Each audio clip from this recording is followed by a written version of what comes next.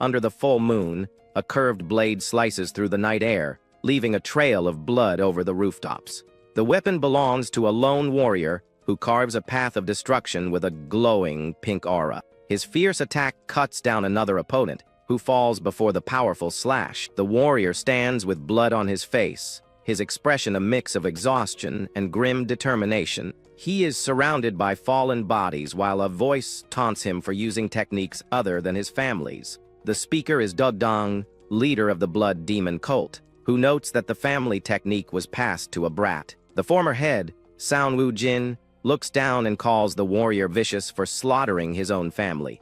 Dugdang then gestures toward a young girl in the distance, asking what he will do about the child. A look of despair crosses the warrior's face, which seems to please the cult leader.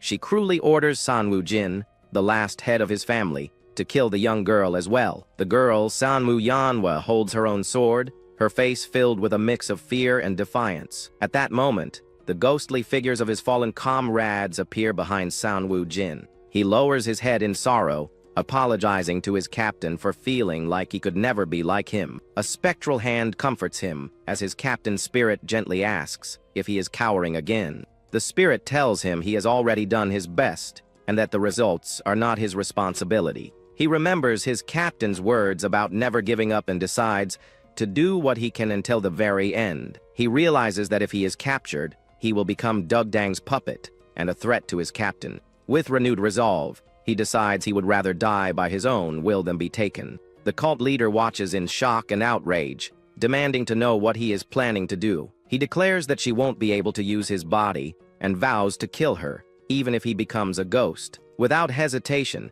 he plunges the blade into his own chest as the cult leader screams in fury. His vision blurs and the world around him fades into a distant, hazy memory. As he falls, he regrets running away from his problems instead of living more earnestly. His spirit drifts in a purple void, and he hears an angry voice calling his name. Suddenly, an old man with a furious expression demands to know if Jin has anything to say. He finds himself kneeling on the floor, much younger and with his hands bound, looking utterly confused. The young man is in a large room, being judged by the old man while others watch from the side. He recognizes the man as his father, Sanwu Jung, whom he has not seen in 10 years. The youth looks up with a dazed expression, quietly addressing the man as his father. He closes his eyes for a moment, trying to make sense of the bewildering situation. Looking down at his tied hands, the feeling of disorientation only grows stronger. His father accuses him of admitting to the murder of his brother in law by staying silent. The youth is shocked, wondering if he really killed a man named Dan Hassan. A memory surfaces of him drinking happily with his friend, recalling that Dan died over 10 years ago. He then remembers standing over his friend's body, but believes he had no motive or ability to do it. He realizes he has returned to the past, to the moment he was framed for his friend's murder. Back in the present moment, kneeling before his father, he can only say that he does not remember. The family head erupts in anger, yelling that his answer is completely unacceptable. His 3 brothers watch with smirks as their father debates killing him to appease the Dan family. One of his brothers suggests they should cripple him and send him over alive for them to handle. The youngest brother then proposes sending Jin to the front lines, citing the Alliance's request for a family member.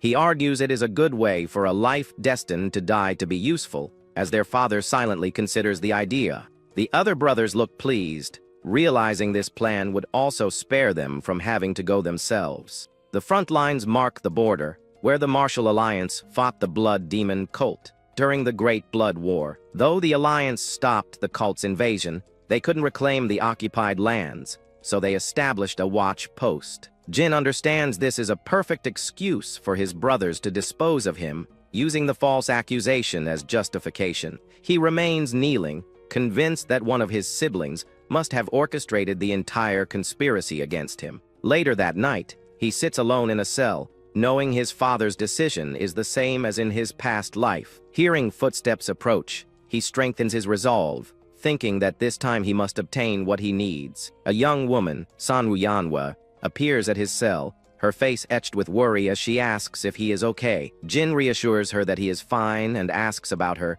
and she replies that she believes he is innocent. He remembers that in his previous life, She only cried. So this time he confidently declares that he is not the culprit. The girl is visibly shocked by his unexpectedly firm and clear statement of innocence. She asks why he is so certain, so he calmly explains he had no reason to harm his only friend and her fiancé. He reveals they were face to face when a sword he did not possess was found stuck in his friend's back. After processing this, Yanwo asks why he remained silent and didn't defend himself in front of their father. Jin simply replies that going to the front line seemed like a better choice for him, which only confuses her more. A memory from his childhood flashes through his mind, recalling how he had to survive on his own after his mother died. His excellent memory made him a prodigy, but he was forced to act like a fool to survive among his jealous brothers. But the act became a self-destructive habit, and by the time he realized it, he had truly become a fool to everyone. For 21 years, he was seen as a worthless fool, a shame to his family who was constantly mocked. To change his fate, he must leave the family and meet his hero, Gale Flying Dragon Seolpung, at the front lines. But he notices Yeonwa's attitude has changed. She's not comforting him like she did in the past. He wonders if his own calm demeanor is the reason for her different reaction this time. Just then, he senses another presence and turns around with a thoughtful hum. With a sudden gasp, he realizes who has been silently watching him from the shadows. His father, Sanwoo-jung, stands outside the cell, his expression unreadable. Jin is surprised because his father's presence also feels different from how he remembers it. In his past life, his father would simply sigh and leave after seeing him beg to be set free. But this time, the family head stands his ground and asks his son if he was truly framed for the murder. The young man realizes his father must have overheard his conversation with Yeonwa. The older man admits he always knew Jin was acting foolish on purpose, but didn't know he wanted to leave. He apologizes to his son, blaming himself for letting his life become such a mess. Jin is stunned by this unexpected apology, as his father had always neglected him in the past. He recalls how even his father, the head of the family, was heavily influenced by his in-laws. He realizes that his father's neglect might have been a subtle way of protecting him. Sanwoo-jung then asks if his son has any final requests before he is sent away. Seizing the opportunity, Jin asks for permission to enter the head's private library for just one day. His father is surprised by the request, questioning why he would want to visit the library now. Jin explains that he is ashamed of not knowing his family's martial arts and wants to learn before leaving. He recalls that in his past life, he knew nothing of his family's arts and had to steal techniques from others. If he could learn the Soundwoo 13 swords, he knows he could advance much faster this time. His father scoffs at the idea of learning martial arts in a single day from books alone.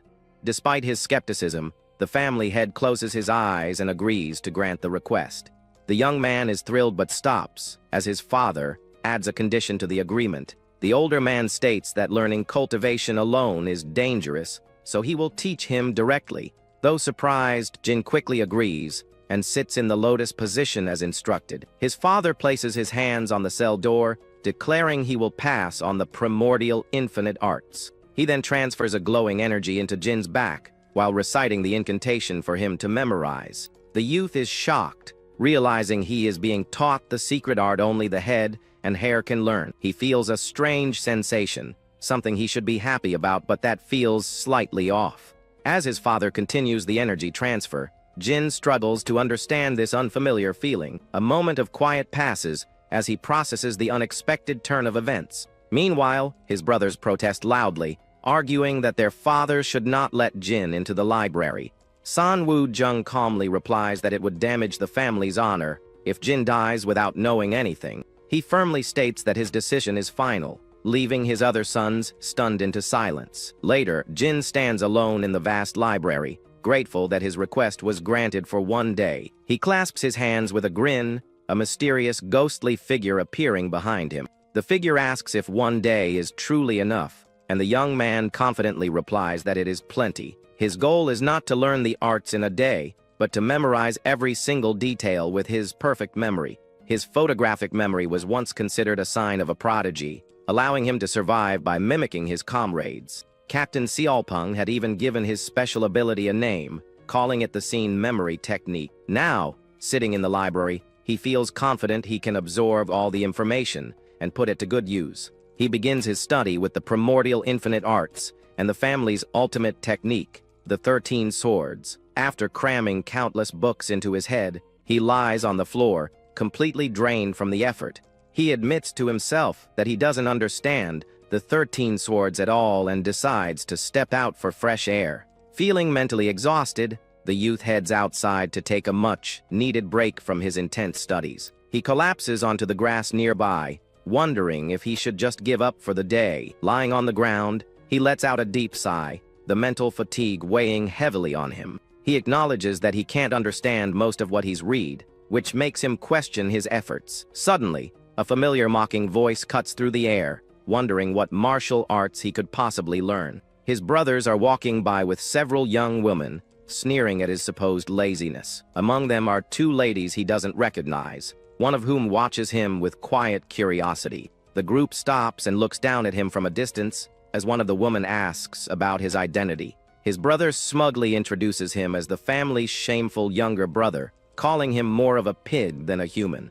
The young lady is surprised to learn that he is being sent to the front lines the very next day. One brother quickly steps in, urging the esteemed young lady judge not to waste her attention on him. They continue to belittle him in front of the guests, saying he is just a pig going to pay for his crimes. He immediately recognizes the name, realizing she is the famous genius swordsman, Juj Soil. He remembers hearing that she was touring various families to gain experience, which explains her presence. He gets up from the ground as his youngest brother, Ji, approaches him with a sneer. The sibling mockingly asks how his training went and challenges him to demonstrate his newfound skills. Jin tries to brush him off, saying one day of training makes no difference, and he should hurry back. Annoyed by the dismissal, his brother throws a sudden punch, intending to humiliate him. To everyone's surprise, Jin catches the fist effortlessly, a faint purple aura glowing around his hand. The attacker is stunned into silence, completely shocked that his punch was so easily blocked. Jin winces, realizing how weak his current body is if simply blocking a punch causes him pain. The other siblings burst into laughter, taunting Ji for being stopped by a pig and calling his punch slow. Humiliated and enraged, Ji leaps forward, unleashing a more serious and rapid assault. He lands a series of quick strikes on Jin, who appears to be taking the hits without fighting back. The young man grimaces from the flurry of blows, enduring the pain as he is pushed back. But as he watches the movements, he notices that the attack style seems strangely familiar. A flash of insight hits him as he recognizes the pattern in his brother's martial arts. He is certain that this is the Sanwo family's unique fighting style in action. Jai continues his relentless attack, unknowingly demonstrating the Gale 13 strikes. A wide, excited grin spreads across Jin's face as he realizes the opportunity, exclaiming that this is good. The attacker stops in confusion, bewildered by his brother's bizarre and happy reaction. Jin quickly backtracks, saying he misspoke, then taunts his brother to hurry up and attack more. The onlookers find this hilarious, mocking Ji by saying his attacks must feel good to his target. Driven by pure rage, Ji screams and launches himself forward again, while Jin laughs, ready for more. The real-life demonstration helps him finally understand the movements he couldn't grasp from the manual alone. He recognizes the technique as Gale-breaking wave, which uses fists and leads to target weak points. But he notices his brother isn't executing the moves correctly, leaving a clear opening in his defense. With a surge of glowing pink energy, Jin strikes his brother's chest, hitting the exposed weak point perfectly. Jai stumbles backward, coughing up blood from the unexpected and powerful counterattack. Jin takes a deep breath and quickly jumps back to create distance, his own body atching from the brief exchange. The oldest brother scoffs, dismissing the victory as dumb luck, and challenges Jin to show them the technique again. The young man realizes he is too exhausted to continue and can't risk exposing his current physical limits. The female genius, Juj Seoil, speaks up, calling the brother's behavior disappointing. Flustered, the eldest brother quickly tries to save face, claiming he was just about to check on his injured sibling. As his brothers help the fallen Ji, Jin reflects on how pathetic it is to have been beaten by them for so long. With their pride wounded, the group helps their injured brother up and walks away in defeat.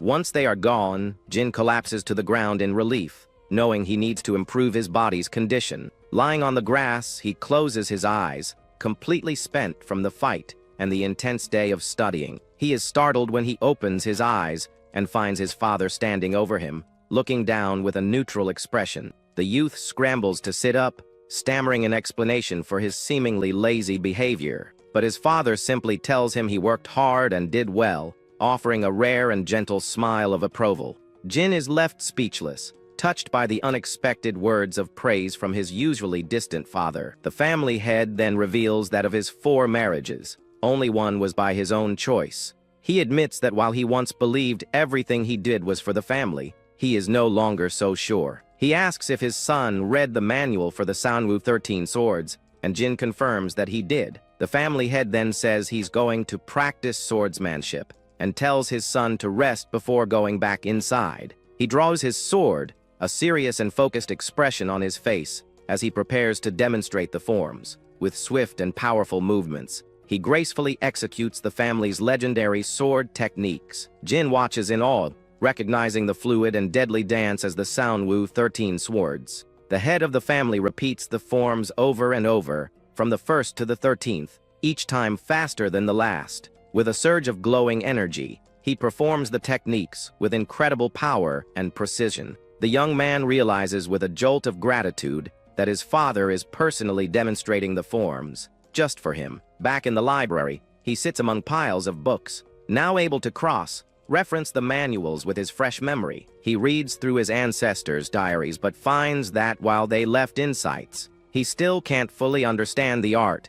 He sets down a stack of books, admitting that even the basic forms are difficult to comprehend completely. As he picks up another book, he notices something strange about its cover. Pausing to take a closer look, he realizes that one side of the book's cover is significantly thicker than the other. Carefully, he pries open the thick cover, suspecting something might be hidden inside. As expected, he finds a folded piece of parchment concealed within the book's binding.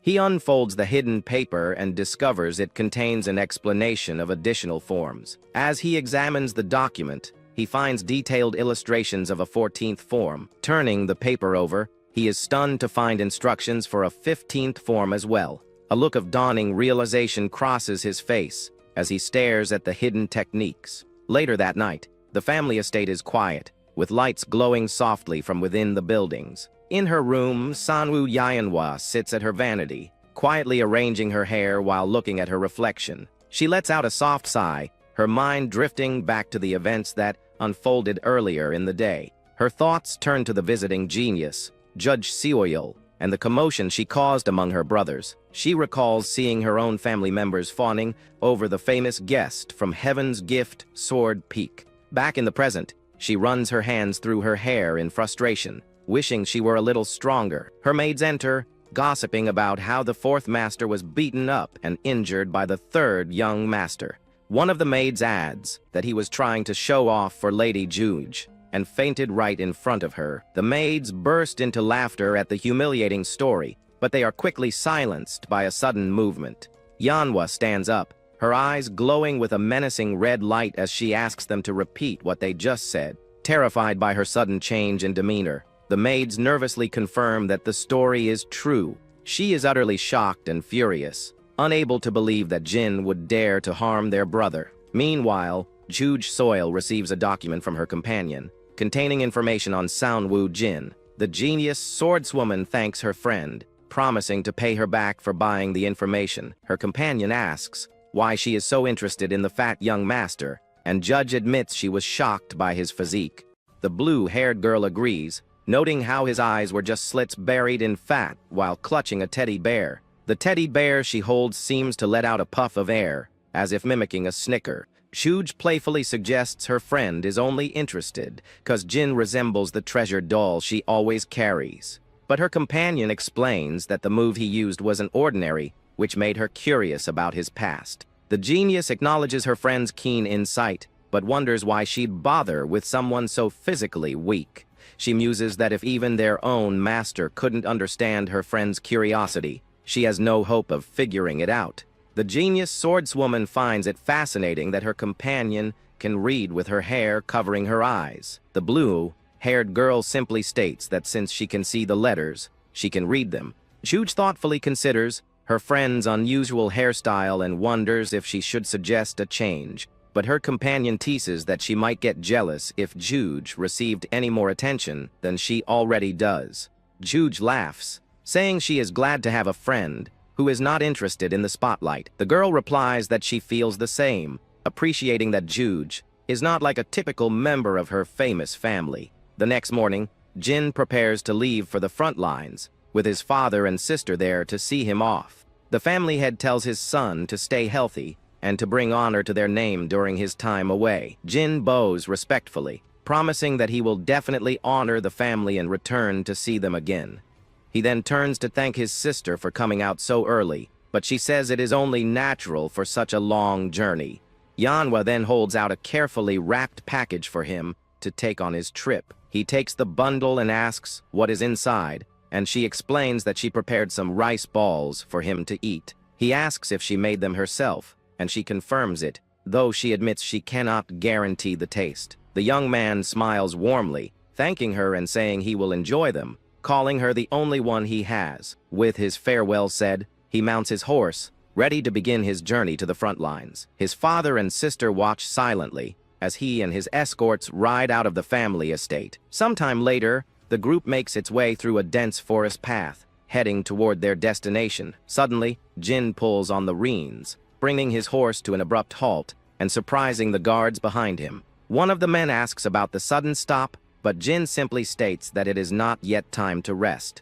He observes the group's leader, Jang Gang Song, noticing the man seems worried he might cause trouble. The young man calmly announces to the stunned escorts that he intends to run the rest of the way to Yunnan. He clarifies that he is doing this not only for training, but also as a way to lose weight. The guards are incredulous, reminding him of the long distance and his current physical condition.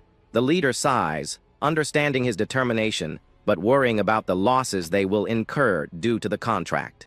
Seeing their hesitation, Jin asks the leader what he thinks of the horse he was given for the journey. The man agrees that it is a very fine horse, but he is unsure of what the youth is getting at. Jin then offers to give the valuable horse to the escorts, which leaves the leader momentarily speechless. The other guards immediately start whispering, realizing that a horse like that would be worth a significant amount. He had expected them to try and take advantage, but their greed is still a bit disappointing to see. The leader, however, sighs and decides to be honest with the young master. He explains that for a horse of that quality, the price would be far too much for them to accept as a simple fee. Surprised by this unexpected honesty, Jin apologizes for misjudging the warrior and praises his character. The man awkwardly tries to downplay the compliment, admitting he is well aware of the horse's high value. He adds that he is also worried his own resolve might weaken if he were to keep such a fine animal for himself. Jin proposes they think of it as a mutually beneficial exchange, asking for some conveniences in return for the horse. The leader looks at the young master with new respect, realizing he is completely different from the rumors. He agrees to the terms, shaking Jin's hand and promising that they will do their best to accommodate him. And so, his long run began, a journey that would take 3 days by horse but much longer on foot. He knows the grueling task will be difficult, but he is confident it will be the nourishment for his rebirth. With grim determination, he vows that in this life, he will be different no matter what it takes. The journey quickly proves to be too much for his unfit body, and he soon gets sick from the exertion. His escorts rush to his side, worried he might be trying to find an excuse to avoid going to the front lines. But he brushes off their concerns, wipes his mouth, and declares that he has rested enough and is ready to go. A short while later, he is lying flat on his back on the ground, completely exhausted, with the escorts watching. The men can't believe how difficult running seems to be for him as they stand around with their horses. He hasn't even lasted 30 minutes, and now he feels too weak to move a single finger. He feels a cloth gently wiping the sweat from his face and looks up in confusion. A young woman with blue hair offers him a handkerchief, telling him to wipe his sweat. He is startled to see her, recognizing her as young lady Chiang Yan and feeling embarrassed by his state. The girl is surprised he knows her name, so he explains that his memory allowed him to recall it from the day before. She tells him to keep the handkerchief, as she has several more and places it in his hand. As he holds the cloth to his face, he is unsure how to react to her unexpected kindness. She then offers a small smile and some words of encouragement, saying she will be cheering for him. The young woman turns and walks away, leaving him and the escorts to continue their journey. The guards are amazed and envious that he received a handkerchief from such a lovely young lady. He feels a swell of pride, even though he suspects her kindness wasn't meant in a romantic way. Feeling energized by the encouragement, he jumps to his feet and rallies the men to continue their run. But his renewed enthusiasm is short-lived, and he soon collapses again, getting sick once more. Seeing his state, the men decide it's a good time to stop and eat before they continue. He drools at the thought of food, realizing that he will be eating outdoors quite a lot on this trip. Later that evening, the group sets up a campfire in the woods, preparing their meal for the night. Jin approaches the men and asks if he could have some of their food as well. The leader agrees, but curiously asks why he isn't eating the meal his sister prepared for him. With a dismissive laugh, he bluntly states that his sister's cooking is not fit for human consumption. The men erupt in laughter, agreeing that it would be unfair if a beautiful lady from a prestigious family could also cook well. One of the guards jokes about his bluntness, but Jin's smile fades as a sudden realization dawns on him. He clenches his fist, a dark expression on his face as he processes a new, unsettling thought. In the distance, he imagines small animals and birds that might have eaten the discarded rice balls. The scene in his mind turns grim as the creatures lie lifeless on the ground, confirming his fears. He remembers how his sister, Yanhwa, acted differently this time compared to his past life. In his previous life, she was his only family, and he found comfort in her worried eyes. But now he recalls the inexplicable hatred and contempt that he had once dismissed as his imagination. He finally understands that his foolish past self had failed to see the truth right in front of him. From the very beginning, his sister was never on his side, and she may have even been involved in his friend's murder. He feels a pang of loss, realizing that just as he gained his father's trust, he has now lost his sister. Standing up with renewed purpose, he tells the men he is ready to continue their training. With a polite smile, he asks if he could borrow one of their blades for his practice. The rest of the journey became a continuous and grueling training session for the young man. He ran while they traveled, swung his blade while they rested, and pushed himself to his absolute limits. He even practiced his cultivation methods with less sleep, determined not to waste a single moment. He knows the front lines are a death trap, so he has no choice but to push himself to the absolute limit. The leader of his escort group admits that he has never seen someone train as fiercely as the young master. He confesses that at first, he didn't think Jin would last long, but now he feels ashamed of his initial judgment. The young man just smiles, explaining that he is simply struggling because he doesn't want to die. Suddenly, he stumbles and falls to the ground, a wave of dizziness washing over him from the intense training. The escorts immediately draw their weapons, sensing danger and demanding to know who is there. A group of rough-looking men emerges from the trees, mocking them for expecting etiquette in a fight. They are surrounded by a large group of bandits, who order them to drop their weapons and surrender. The leader of the bandits, a large man with a double-sided axe, threatens to split their heads in two. The escort leader is shocked, recognizing the man as Makgu, Sam, the infamous leader of the Green Tiger Gang. He quickly whispers to Jin, telling him to take the horse and run if a fight breaks out. Jin remembers hearing about the bandit leader, who is known for being a properly trained martial artist. The escort leader steps forward and respectfully greets the bandit, acknowledging his reputation. He offers to pay a toll, hoping to resolve the situation peacefully through dialogue instead of violence. The bandit leader agrees that a toll sounds good, then declares their toll is everything they own. As his men laugh, the escort leader desperately urges Jin to get on the horse and escape, but the young man stands his ground, angrily demanding to know how they dare attack the third son of the Sanwu family. The bandit leader looks him over, surprised to learn he is from such a prestigious family. The bandit leader simply scoffs, unimpressed by the family name and clearly not intimidated. With a confident stance, Jin and his escorts prepare for the inevitable confrontation with the Green Tiger Gang. The bandit leader accuses him of trying to deceive them, but Jin nervously insists he is from the Soundwoo family. To prove his identity, he pulls out a golden family medallion, showing it as proof of his lineage. The leader demands that he throw the medallion over for inspection, refusing to get any closer. One of the escorts warns him not to get close, fearing it's a trap, but the bandit threatens to attack if they don't comply. Jin reluctantly agrees to throw it, but he insists that the bandit must return it after he has verified its authenticity. He tosses the medallion through the air, and the bandit leader reaches out to catch it. The man catches the golden object, a look of triumph on his face as he prepares to inspect it. But as he glances down, Jin lunges forward with incredible speed, his sword drawn and ready to strike. He unleashes a powerful attack, catching the bandit leader completely off guard by the sudden ambush. The bandit leader gasps in pain as the blade cuts into him, unable to react in time. His men and the escorts watch in stunned silence as their leader is wounded in the blink of an eye. Realizing it's a trap, the bandits quickly draw their own swords and rush forward to attack. But Jin is ready for them, his hands steady on the hilt of his sword as he prepares for the fight. He meets their charge head on, deflecting their attacks with a calm and focused expression. With a flurry of swift and precise movements, he cuts through the charging bandits with ease. His blade glows with a faint pink aura as he carves a path of destruction through the enemy ranks.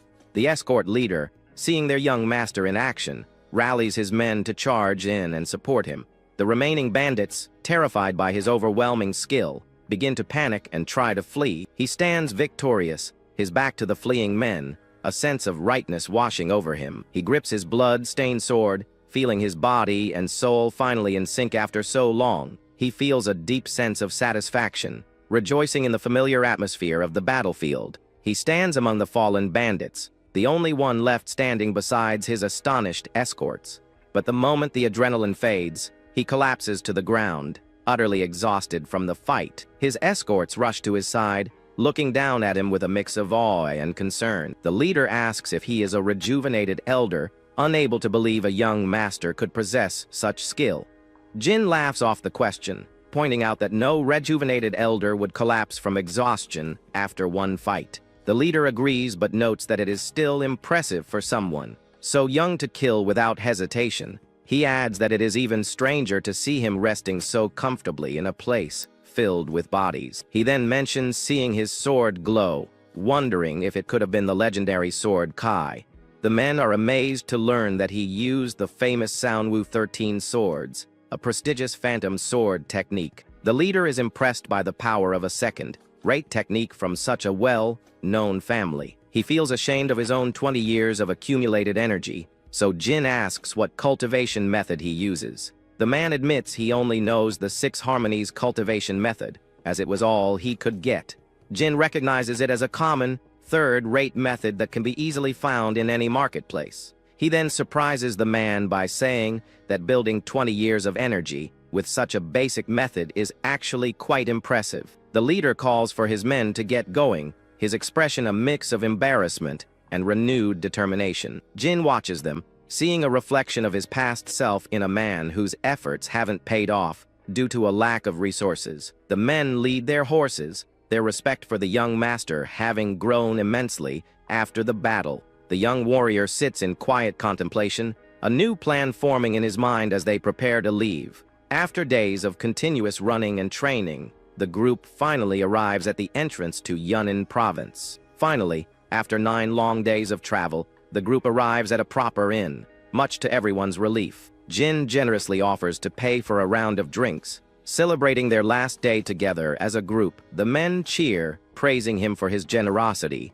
and reaffirming their belief in him. He smiles, happy to share a final meal with the men who have accompanied him on his difficult journey. Later, they are all sitting around a table, sharing drinks and stories from their travels. One of the warriors mentions that he plans to return home to his wife and children after this job is finished. Another man teases him, saying that wandering warriors shouldn't have families to tie them down. As they are joking, the innkeeper announces the arrival of a beautiful young lady.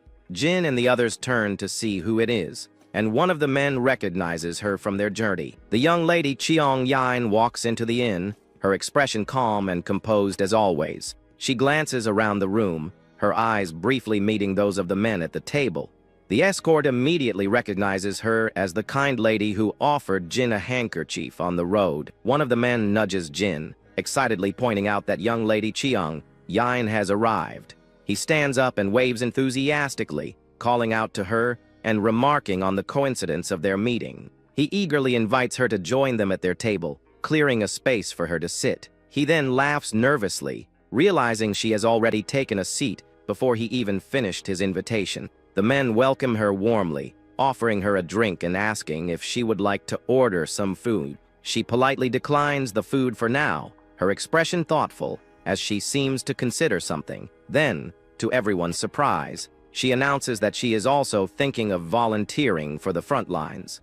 Jin is completely stunned by her statement, unable to believe what he has just heard. The young lady covers her mouth, trying to find the right words to explain her sudden decision. Jin finds it hard to believe, knowing that even renowned warriors are reluctant to go to such a dangerous place. He asks her directly why she would want to volunteer for the front lines, but she remains silent. Changing the subject, he notes that she seems to have lost a lot of weight since they last met. He laughs and explains that it's because he has been training, and she agrees that he has become quite slim. One of the escorts chimes in, praising the young master for his incredible hard work during their journey. He adds that since losing weight, the young master has become quite handsome, and Jin proudly agrees. The young lady then excuses herself, saying she needs to step out for a moment, and leaves the table. She walks away from the group, her expression unreadable, as she heads toward a quieter part of the inn. The men at the table resume their cheerful conversation,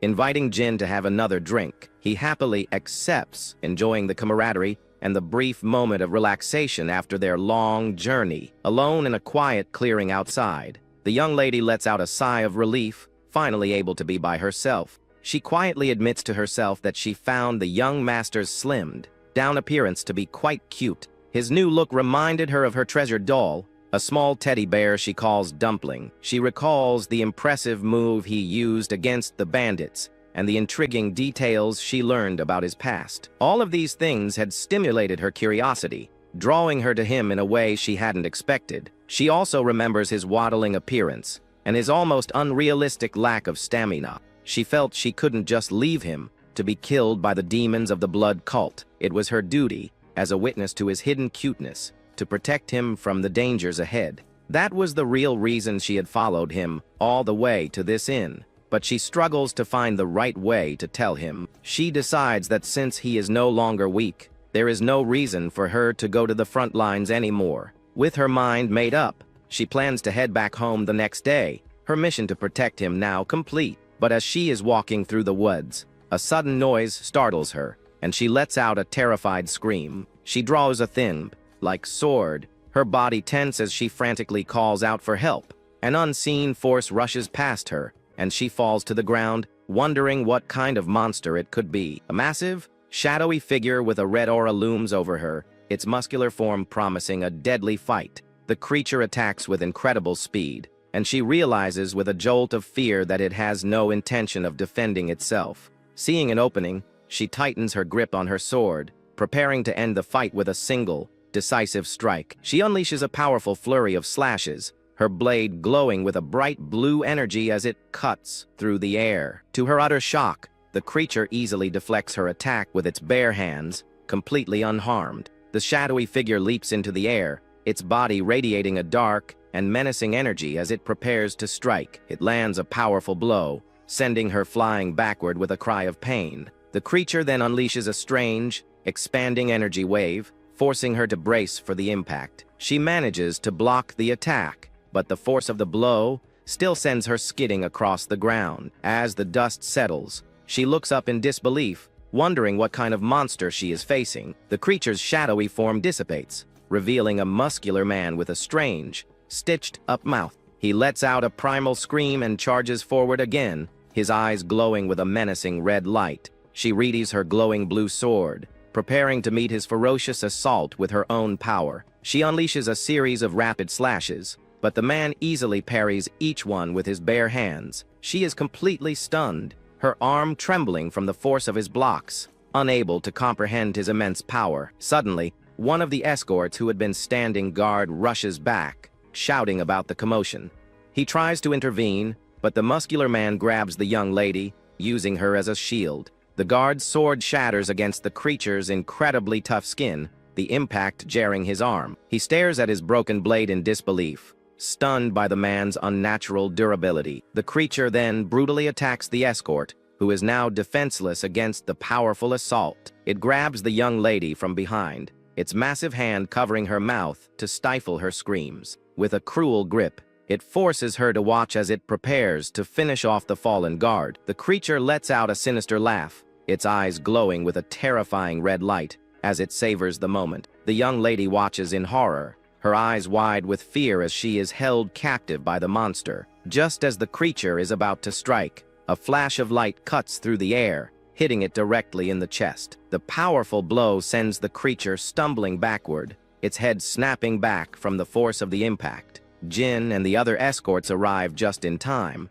and he rushes to the young lady's side to see if she is okay. One of the men cries out in anguish, seeing that his fellow escort, Yang Ga, has been killed in the fight. Jin tells everyone to get back inside the inn, but the men are hesitant to leave their fallen comrade behind. The creature lets out another enraged scream and charges toward the group with renewed ferocity. Jin quickly pulls the young lady behind him, shielding her from the monster's relentless attack. He meets the creature's charge head on, their blades clashing in a shower of sparks and red energy. He shouts for everyone to get back inside the inn, his expression grim as he recognizes the formidable enemy. The young lady, still in shock, looks at her torn sleeve, a grim reminder of how close she came to death. She stares at the monster with a mix of fear and confusion, trying to comprehend the nightmarish situation. The young lady looks on with wide-eyed terror, completely frozen by the sudden and brutal attack. The monster attacks with a powerful red slash, but Jin quickly moves to shield the young lady from the blow. It lets out a furious roar, its muscular body glowing with a dark and menacing energy. Jin pulls the girl down to the ground, covering her mouth and gesturing for her to remain completely silent. The creature looms over them, its dark aura pulsing as it slowly scans the immediate area. He then notices that the strange man has been keeping his eyes closed this entire time. The young lady realizes with dawning horror that the monster's vision must be severely impaired. She clings to him in fear, asking if he is all right as the creature stands menacingly nearby. A wide, terrifying grin spreads across the monster's face, its stitched mouth stretching open. It suddenly turns and rushes back toward the inn, and Jin realizes the other people are in grave danger. Inside, the inn is in complete chaos as the monster attacks, and a child has been caught in the fight. One of the escorts lies dead on the floor as the patrons scream in terror, calling it a monster. Jin and the girl watch in horror as the creature targets another one of his men. The monster rampages through the room, cutting down anyone who stands in its path. It grabs a guard's sword with its bare hands, and the man stares in shock, wondering where it came from. The terrified guard trembles, pleading for his life as the creature's grip tightens.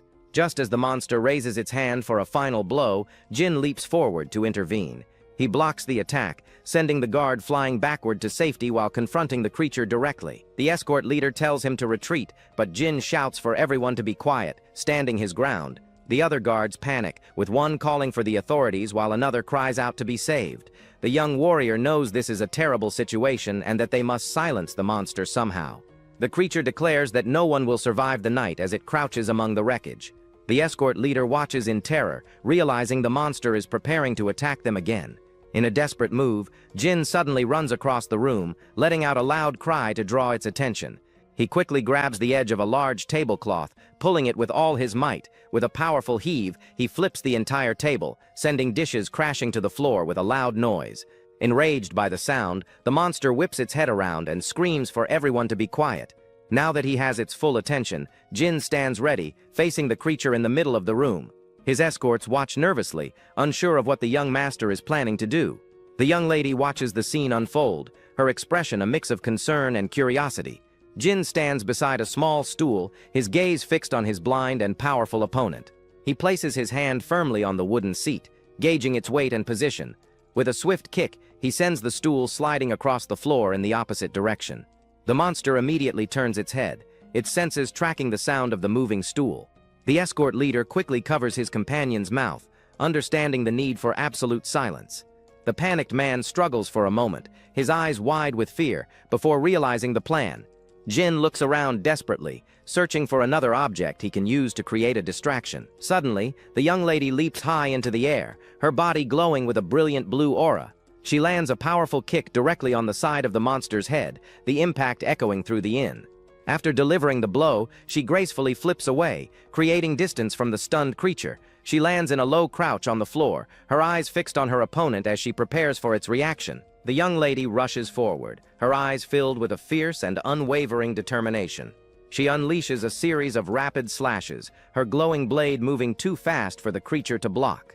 As she fights, she yells at Jin, urging him to quickly explain the situation to the others. He shouts that the monster only identifies people by sound, telling everyone to be completely silent. The terrified escorts immediately cover their mouths, trying their best not to even breathe too loudly. Jin knows that simply staying quiet will not be enough to defeat such a powerful enemy. He warns that if the creature cannot hear, it will start using its sense of smell to hunt them down. To counter this, he needs to act first, and finds a way to properly draw the monster's attention. He spots a bowl filled with strings of coins, realizing it is the perfect tool for his plan. He knows he must act quickly while the creature is still distracted by the young lady's assault. She looks over in surprise, momentarily confused by what the young warrior is doing. He holds a bottle of alcohol and some food, putting a finger to his lips to signal for her silence. The scene is a tense standoff, with the young lady keeping the monster occupied as Jin prepares his trap. His plan is to first get the creature's attention by using the sound of the coins. He throws the strings of coins, expecting the simultaneous sounds to confuse the monster and immobilize it. While it is disoriented by the noise, he will then have a chance to approach it undetected. As the coins clatter, the monster stops and turns, trying to pinpoint the source of the sound. An escort watches in shock as a piece of pottery shatters on the floor nearby from the commotion. The plan works perfectly, and Jin manages to get right behind the distracted creature without a sound. He knows he cannot afford to make a single mistake, as one touch from the monster would be fatal. He carefully places his hands on the creature's neck, holding his breath as he gets into position. But at that critical moment, a loud hiccup escapes from his mouth, shattering the tense silence. The sound echoes through the room, and even one of the terrified escorts hiccups in a panic. The monster's ear twitches as it instantly hones in on the sudden noise, its body tensing. It slowly turns its head to face him, and the young warrior freezes, his eyes wide with sheer terror. His heart pounds in his chest as he realizes his carefully laid plan has just gone horribly wrong. The creature leans in close, sniffing the air as it begins to use its nose to pinpoint his exact location. Frozen in place, the young warrior stares as the monster leans in, its stitched mouth inches from his face. His heart pounds in his chest, realizing his crucial mistake has put him in mortal danger. The creature's eyes remain closed as it inhales deeply, trying to pinpoint his exact location by scent. The escorts can only watch in horror, completely paralyzed with fear as the hulking figure looms over their young master. But the young lady refuses to stand by, her expression hardening as she prepares to intervene. With a burst of speed, she charges forward, her glowing blade aimed directly at the distracted monster. He knows he is trapped with no escape and must act now or die. In a desperate life-or-death gamble, he moves his hands from its neck to its face. He forces the monster's eyelids open, revealing its bloodshot, unseeing eyes in a sudden, jarring move. The creature lets out a deafening scream of pain and surprise, stunning the young lady who watches in disbelief. He then drives his head forward, landing a powerful headbutt directly on the monster's face. As it stumbles back, he climbs onto its shoulders and forces its mouth open, aiming for its only vulnerability. She immediately understands his plan. The monster's body is impenetrable, but the inside of its mouth is not. Knowing this is their only chance, she tightens her grip on her sword, preparing to strike. A brilliant blue aura erupts around her as she channels her energy into her blade for a decisive blow. She leaps high into the air, positioning herself directly above the restrained creature. With all her strength, she plunges her glowing sword straight down into the monster's open mouth. The blade pierces through its flesh, exiting from the back of its neck in a fatal strike. She struggles to hold the hilt, the force of the impact jarring her body as the creature thrashes. In a final, desperate act, the monster's hands reach up to grab the blade lodged deep within its throat. He moves to her side, placing his hands over hers on the hilt of the sword embedded in the creature. With combined strength, they both push down, driving the blade deeper to finish the job. The monster's hand, which was clawing at the blade, finally goes limp and thuds onto the floor. With the creature finally dead beneath them, the chaotic battle comes to an abrupt and silent end. They remain there for a moment, catching their breath in the aftermath of the intense fight. The surviving escorts can only watch, their faces a mixture of shock, relief, and awe. By the next morning, a serene light breaks over the distant mountains, signaling a new day. Two of the surviving escorts kneel on the ground, their heads bowed in grief for their fallen comrades. In the courtyard, the bodies of the dead are lined up, covered respectfully with white cloths. The three remaining guards stand by, their expressions somber as they mourn their loss. One of the escorts turns his head, noticing the young warrior approaching them. The man asks if he is leaving now, and the youth confirms, explaining he needs to hurry. The escort leader sincerely wishes him safe travels and the best of luck on his journey ahead. Shaking his hand, the young man returns the sentiment, wishing them health and success in their plans. He then mentions he originally prepared 5 volumes of something, but will only be giving out 3. From within his robes, he produces a small stack of 3 bound books tied together. The escort leader is confused, but the youth explained is a cultivation technique better than their current one. His eyes widen in shock as he hears it's the legendary preservation heart method. The young man adds that he also included a few sword forms he knows, noting they should help. He silently recalls that this valuable method was obtained for him by Seal Pung in his past life. He remembers how this technique allowed him to reach 60 years of internal ki in under a decade, a truly first-rate method. The escort leader is stunned, asking why he would do all this for them, and how they could ever repay such a great deed. The young man smiles, stating they fought for their lives together, making them friends, and the books are no longer of use to him anyway. Holding the books, the leader looks at him with deep gratitude and offers a sincere thank you on behalf of his men. Announcing that he must go, the youth turns to leave, explaining any more delay will cost him a full day of travel. He hopes they meet again as first-rate martial artists, and the escort vows to achieve that level and visit him to celebrate. As the two walk away from the inn, the 3 remaining guards watch them depart in respectful silence. While they walk, the young lady comments that he is a peculiar man,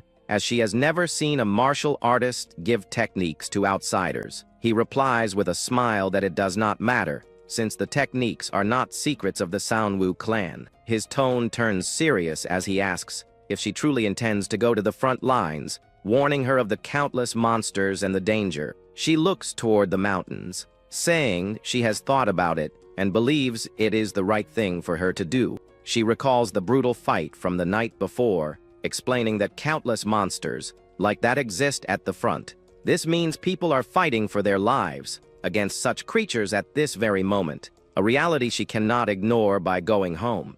She states firmly that she did not learn martial arts to live a sheltered life, and her father always taught her to stand proud. Turning to him, she asks if he views her as just a lady or as a fellow martial artist. He clenches his fist, realizing he senses no hesitation in her words, and that he had wrongly seen her as an immature girl. With a formal salute, he admits he has misjudged her profound conviction and offers his deepest apology. The young lady smiles, accepting his apology, and noting that he is a man who truly knows how to admit his mistakes. He returns the gesture with a faint smile, a moment of mutual respect passing between the 2 warriors. They finally arrive at their destination, the Great Blummen Cult battlefield in Yunnan, a place known as Zhonglang. In the forest, a man gasps in pain as a blade pierces his stomach from behind, held by a sinister, smiling attacker. A woman cries out as she is taken hostage, seeing her companion dead on the ground while a cultist mocks the fallen man. It is a full-scale ambush by the blood demon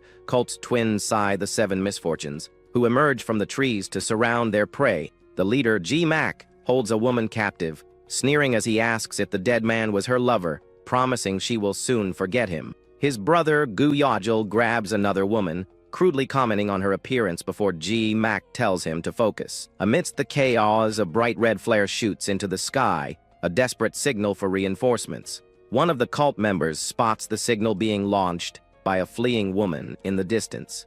Another cultist notices the flare, warning his comrades that they will be facing trouble soon. Their leader orders them to capture one more woman before they retreat, and the group leaps down from the trees to attack. On the ground, a squad of female warriors quickly forms a defensive formation, their swords drawn and ready for battle. A cultist attacks with a powerful scythe swing, which is met by a warrior's blade in a shower of sparks.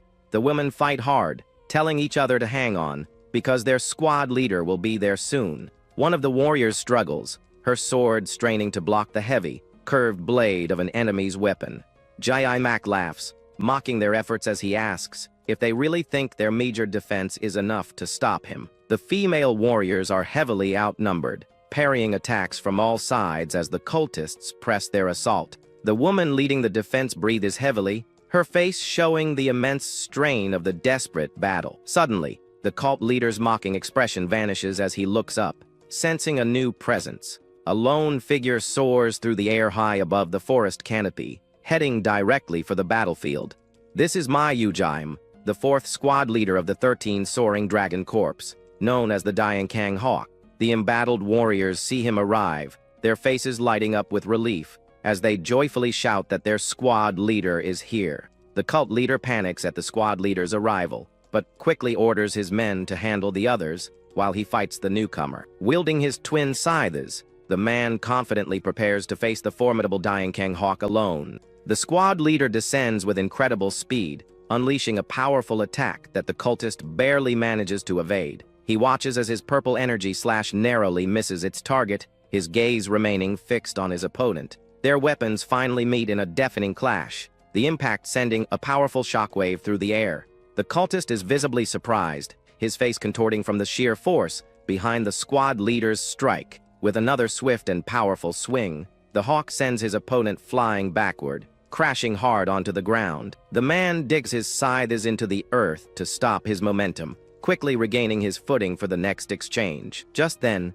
one of his subordinates cries out, warning him that another powerful opponent has arrived on the scene. A woman appears on a tree branch above, identified as Tang Yeoun from the Tang clan's Sword Peak. She looks down at the chaotic scene below with a calm and composed expression, ready to join the fight. The cult leader grits his teeth in frustration, realizing the situation has just become far more dangerous. Taking advantage of the momentary distraction, the squad leader lunges forward to press his attack. Their blades clash once more, locking the two warriors in a fierce, high-speed duel. The Diankang Hawk's expression is one of pure focus as he continues his relentless assault. Their fight is a blur of motion, with steel and energy clashing repeatedly across the battlefield. The cult leader grabs a hostage, ordering his brother to capture their main target and retreat while he holds the line. Following their leader's command, the remaining cultists leap toward the woman from the Tang clan.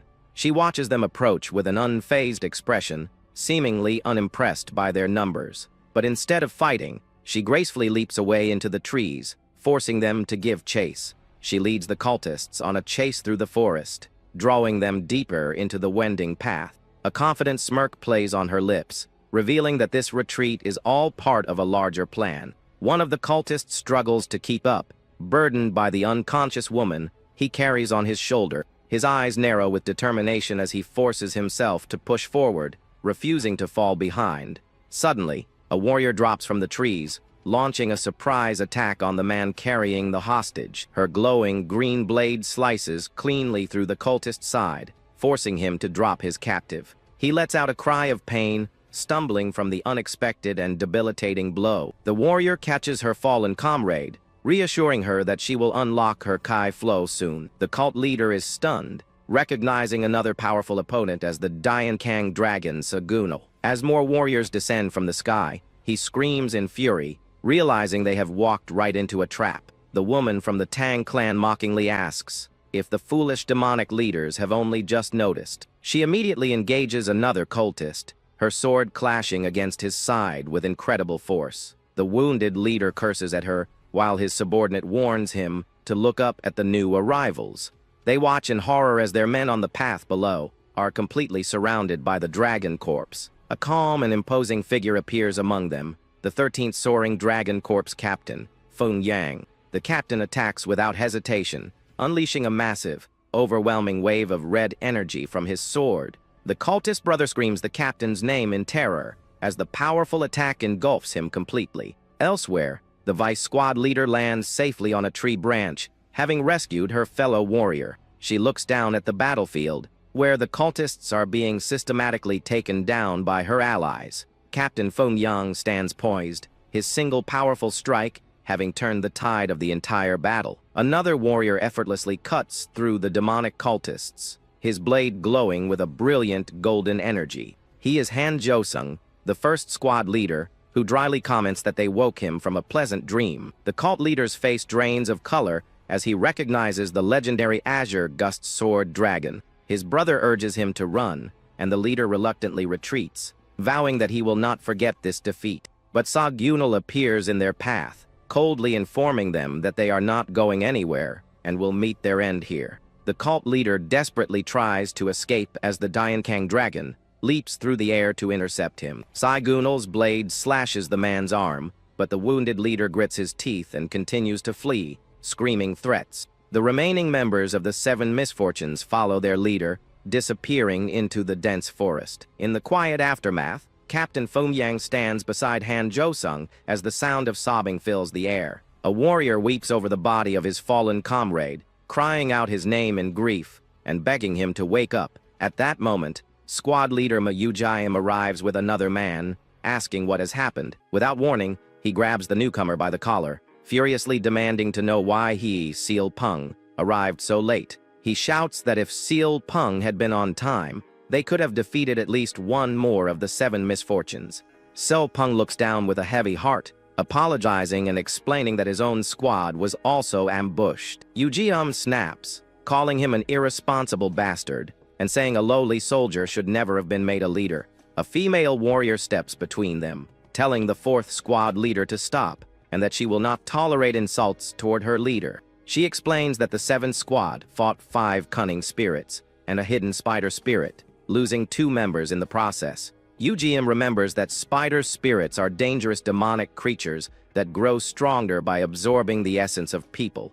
The vice squad leader reminds him that such creatures must be slain immediately upon discovery, a fact he is well aware of. He scoffs dismissively but falls silent, the tension between him and the exhausted Seal Peng remaining thick in the air. The vice leader angrily confronts Yu-jiam, demanding that he immediately apologize to her squad leader. Seal Peng tells her to stop, gently reminding her that Yu-jiam also just lost a squad member, but she retorts that they did as well.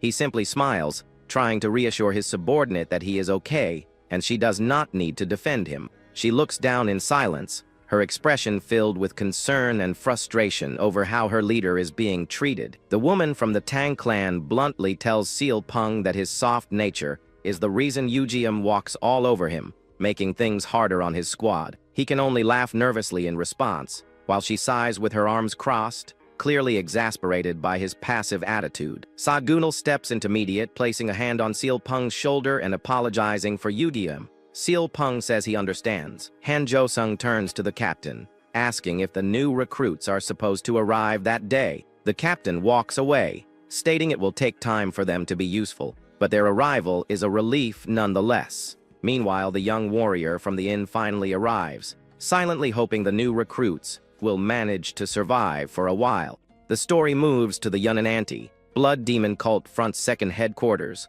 a large and imposing structure under a clear sky. Inside, an official leads a small group into a waiting room, informing them that the vice commander will arrive soon. A lone girl waits separately. A young man with long hair observes the girl, thinking she must be the last person to enlist. He muses that some things never change. His companion addresses him as young master, asking if the 13th squad is so young because all the veteran warriors have died. The young master confirms this seems to be the case, adding that the entire Flying Dragon Corps is getting younger, not just the 13th squad.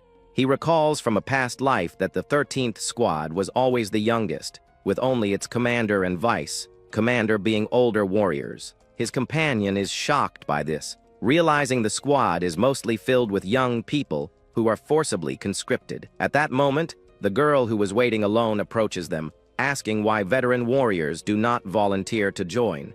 The young master explains it's because there is no fame or profit to be gained, a concept that seems to confuse the girl. He elaborates that events on the front lines are kept secret. Achievements and deaths go unrecognized, leaving only danger without honor. Their conversation is suddenly cut short when an older man clears his throat to get their attention. The man introduces himself as Hyan Young Bo, the vice commander of the 13th Squad of the Flying Dragon Corps. He confidently assumes they have heard of him, while the young master silently thinks it is good to see the man and decides to play along. However, the young master's female companion bluntly says she has never heard of him and asks if he was famous. The vice commander dismisses her, claiming many masters are forgotten due to secrecy oaths, and that she simply lacks knowledge.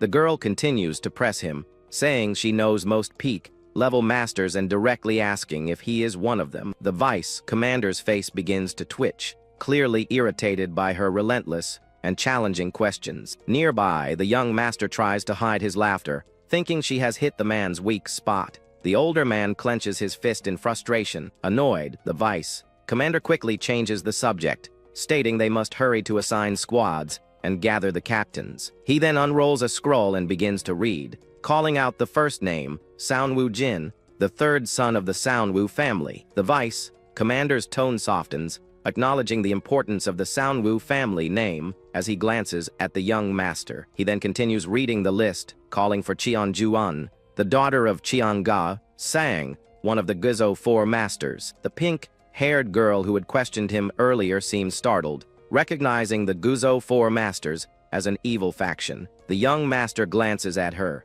thinking it is indeed strange for a member of an evil faction to volunteer for the Martial Alliance. The vice commander turns his attention to the blue-haired girl, asking if she is from the evil faction since her file lists no family or school. The young master internally notes this is incorrect. He remembers Lady Joj calling her Cheong Yain, but her true identity is something else. The blue-haired girl simply confirms that her name is Cheong Yain, her expression calm and unwavering. The official then declares that people with unclear identities are forbidden from volunteering for the front lines. Soundwoo Jin finds this statement absurd, since the identity of the 7th Squad's own Captain Seolpung is a complete mystery. The vice commander argues that his squad, the 13th, has strict rules, and no exceptions are allowed. He gives the girl a choice: either reveal her family and school immediately, or apply to a different Flying Dragon Corps. At that moment, the young master intervenes, explaining that Cheong Yayan is a close friend of Lady Juj Soil of Heaven's Gift, Sword Peak. The vice commander's face pales as he hears she is connected to the precious daughter of the Martial Alliance's military strategist. Stuttering, he asks why a lady of her status would come to the front. The young master casually says he does not know her reasons. He then adds with a laugh that it is likely related to high-ranking members of the Alliance, hinting that it's above the vice commander's pay grade. The vice commander's face twitches with annoyance, realizing he has been completely outplayed and cannot refuse her now. After the tense meeting, the newly assigned members are guided out of the main building and toward their barracks. They arrive at a large, well-maintained building, which their guide introduces as the barracks for the 7th Squad. The young master looks at the structure with a heavy heart, murmuring that it looks exactly as he remembers it. He thinks back on the past 7 years, recalling the mix of happy and tragic moments he experienced within those very walls. He feels relieved that all his companions were assigned to the 7th Squad, hoping to avoid the 4th at all costs. The man guiding them warns that some squad members will try to haze the newcomers and hopes he will not get too hurt. The young master then recalls the cruel insults from his past, when he was called a disgrace and told to get lost. He remembers others telling him that even looking at his face was unlucky, and he questions if that could be considered mere hazing. Although he eventually endured it, the painful memory of being ostracized to the point of wanting to die still lingers.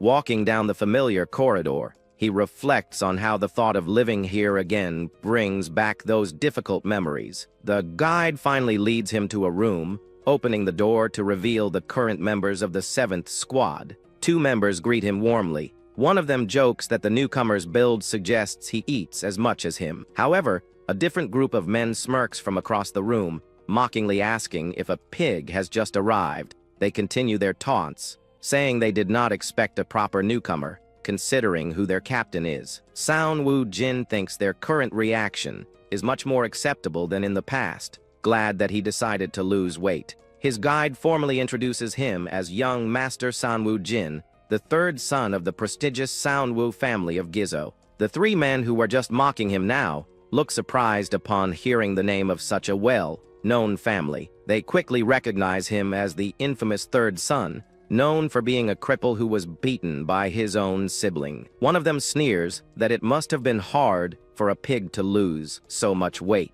Hearing these insults, the guide's expression hardens, his eyes filled with silent anger at their behavior. The two friendlier squad members also appear tense and shocked by the cruelty of their squad mates' words. But despite the harsh taunts, the young master simply smiles, completely unfazed by their attempts to provoke him. He calmly approaches the leader of the bullies, greets him by his full name, Hamu Jin, and extends his hand.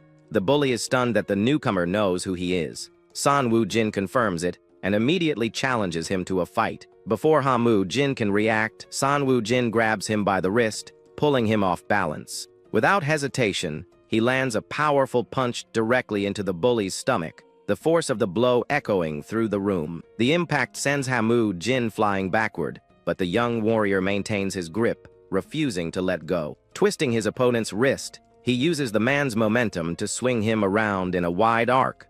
He spins Hamu Jin through the air with incredible speed and strength, showcasing his surprising power. The young master then slams the bully headfirst into the wooden wall, the impact cracking the surface. Hamu Jin collapses to the floor, his eyes rolling back in his head, completely knocked out from the sudden and brutal attack. One of his stunned friends nervously asks Sanwoo Jin what he is doing, terrified by the display of violence.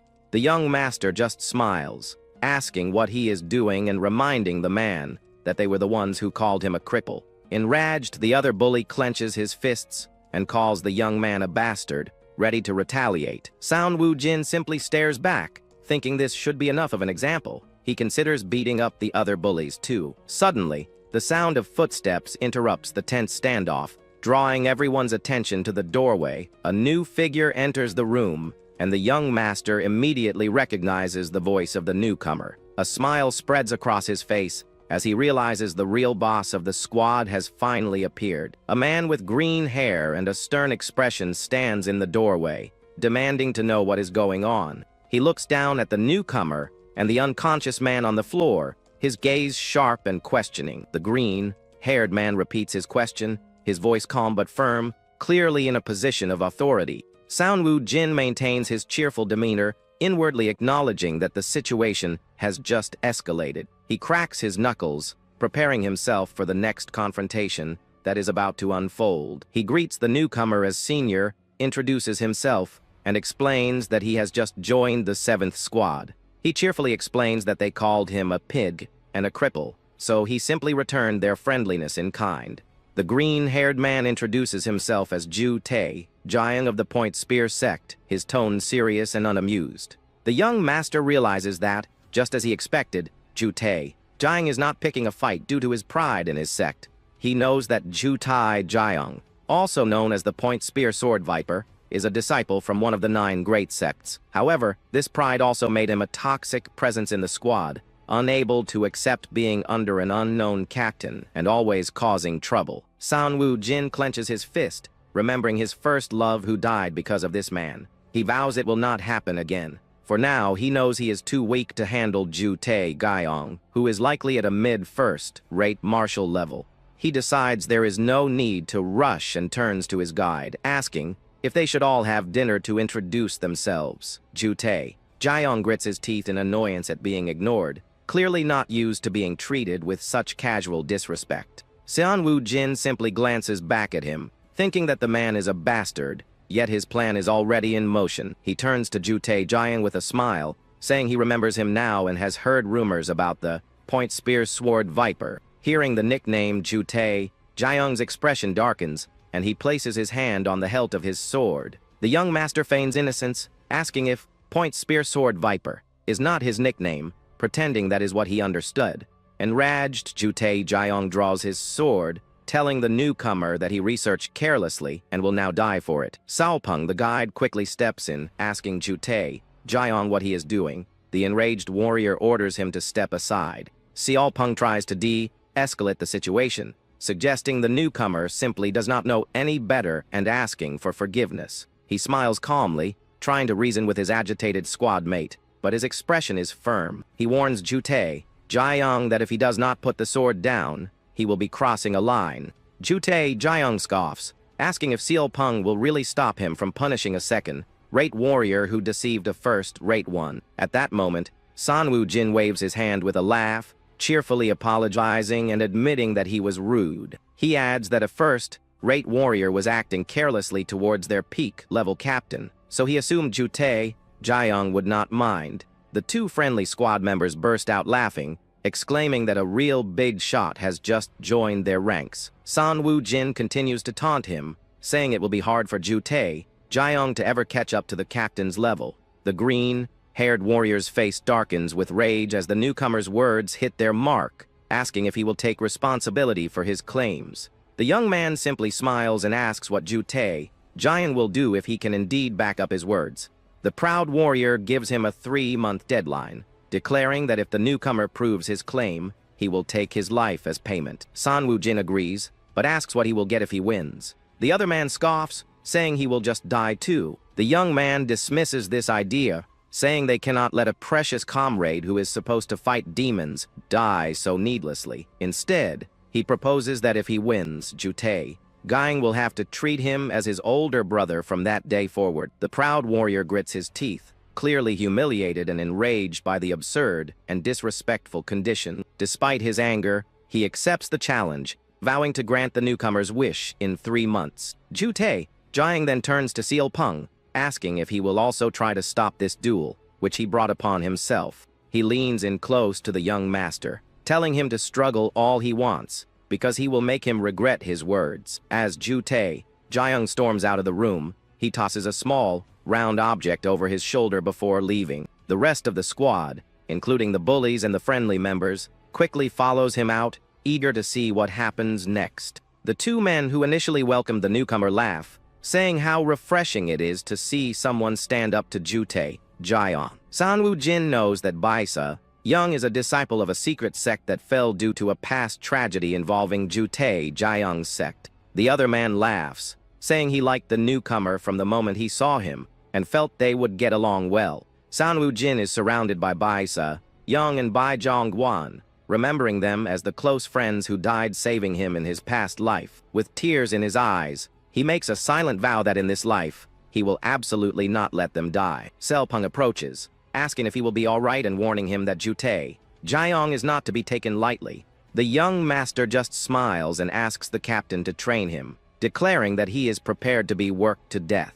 He adds that since he is just a squad member now, the older captain should feel free to speak comfortably with him. The captain agrees with a smirk, warning the young man that since he asked for it, he will be worked until he wishes he were dead. Bai Young warns him that he does not know what he is asking for, explaining that the captain's training is for peak-level masters. The young man smiles, thinking that he has already done it before. This time, he plans to share the good thing with his friends. He then turns to Baisa Young and playfully questions his confidence, saying he seemed like a real man at first glance. Provoked, Baisa Young shouts that there is no way he lacks confidence, claiming to be sure of himself in everything. He strikes a confident pose and declares that he will gladly join the training to prove his words.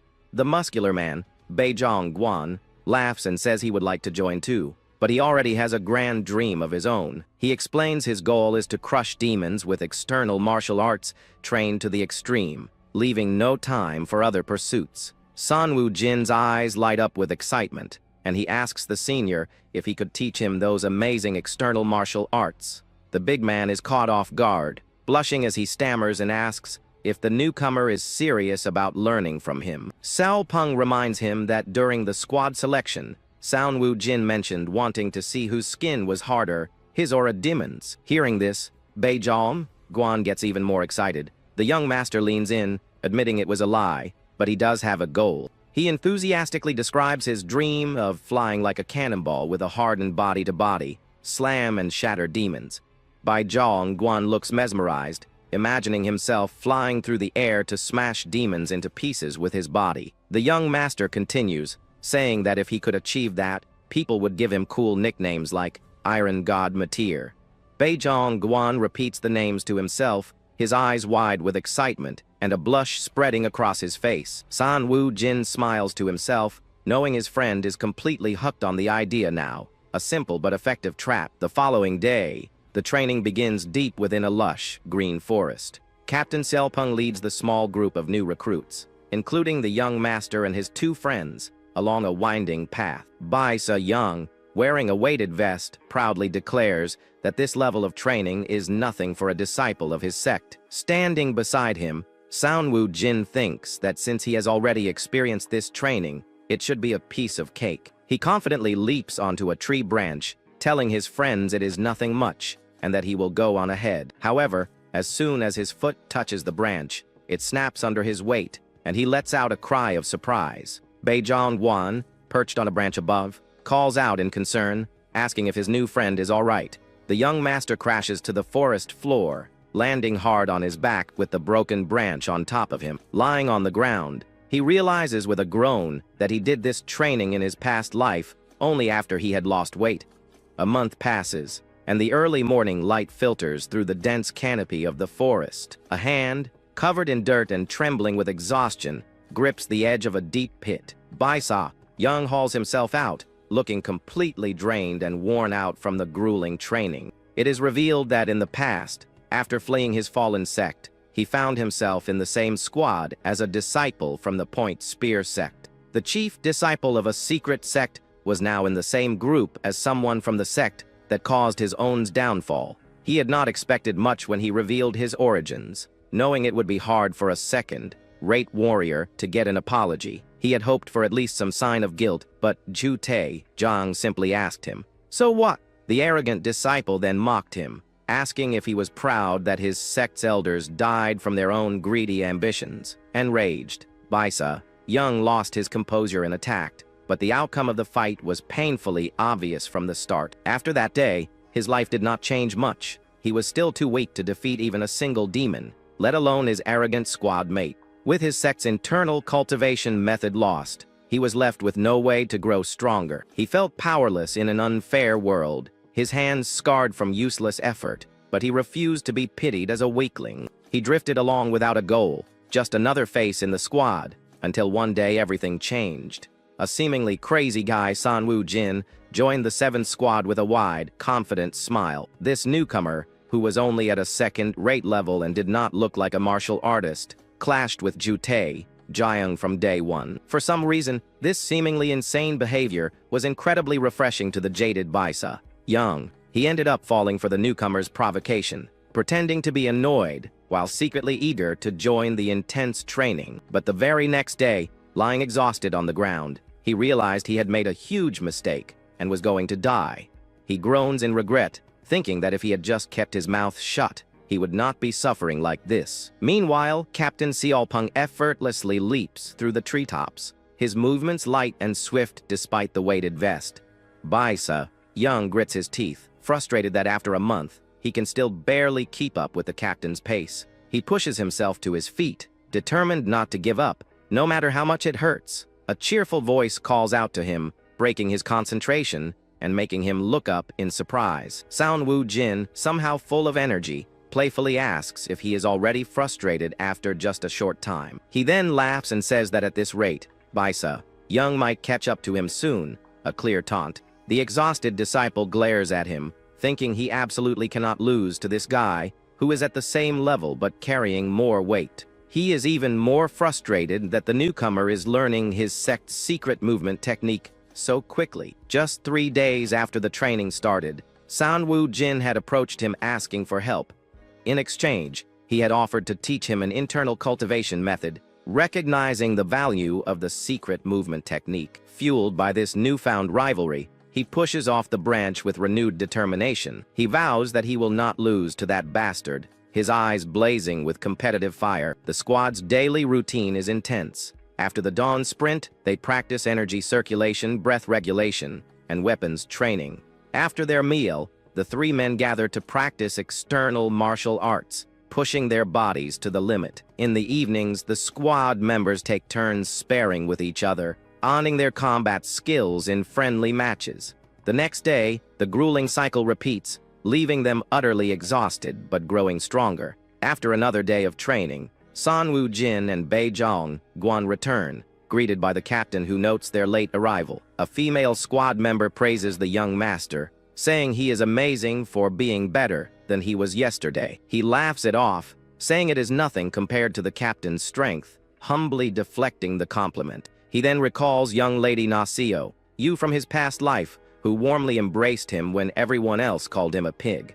That was when he fell in love with her, even though he could never confess his feelings or prevent her tragic death. He clears his throat, pleased that everything is going smoothly. Thanks to the influence of the two young ladies, the squad is focused. Both Cheom Yan and the pink-haired girl meditate peacefully, fully dedicated to their training. Cheong Yan even surprised everyone by asking to join the external martial arts training, her competitive spirit shining through. As he trains, the young master's growth rate is incomparable to his past life, thanks to the primordial infinite arts.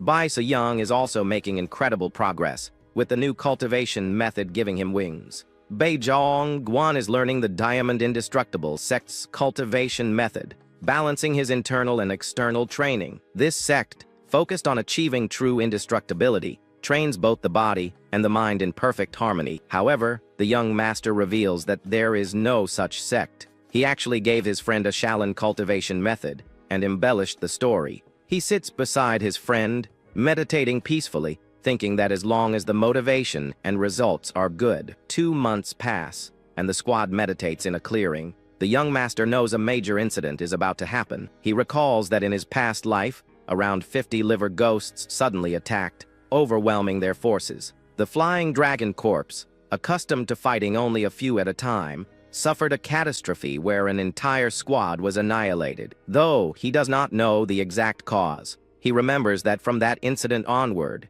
the situation at the front rapidly worsened. But with his current status, he can neither warn anyone about the future nor prepare for it himself. He sits in meditation, feeling an immense sense of frustration knowing what is coming but being powerless to stop it.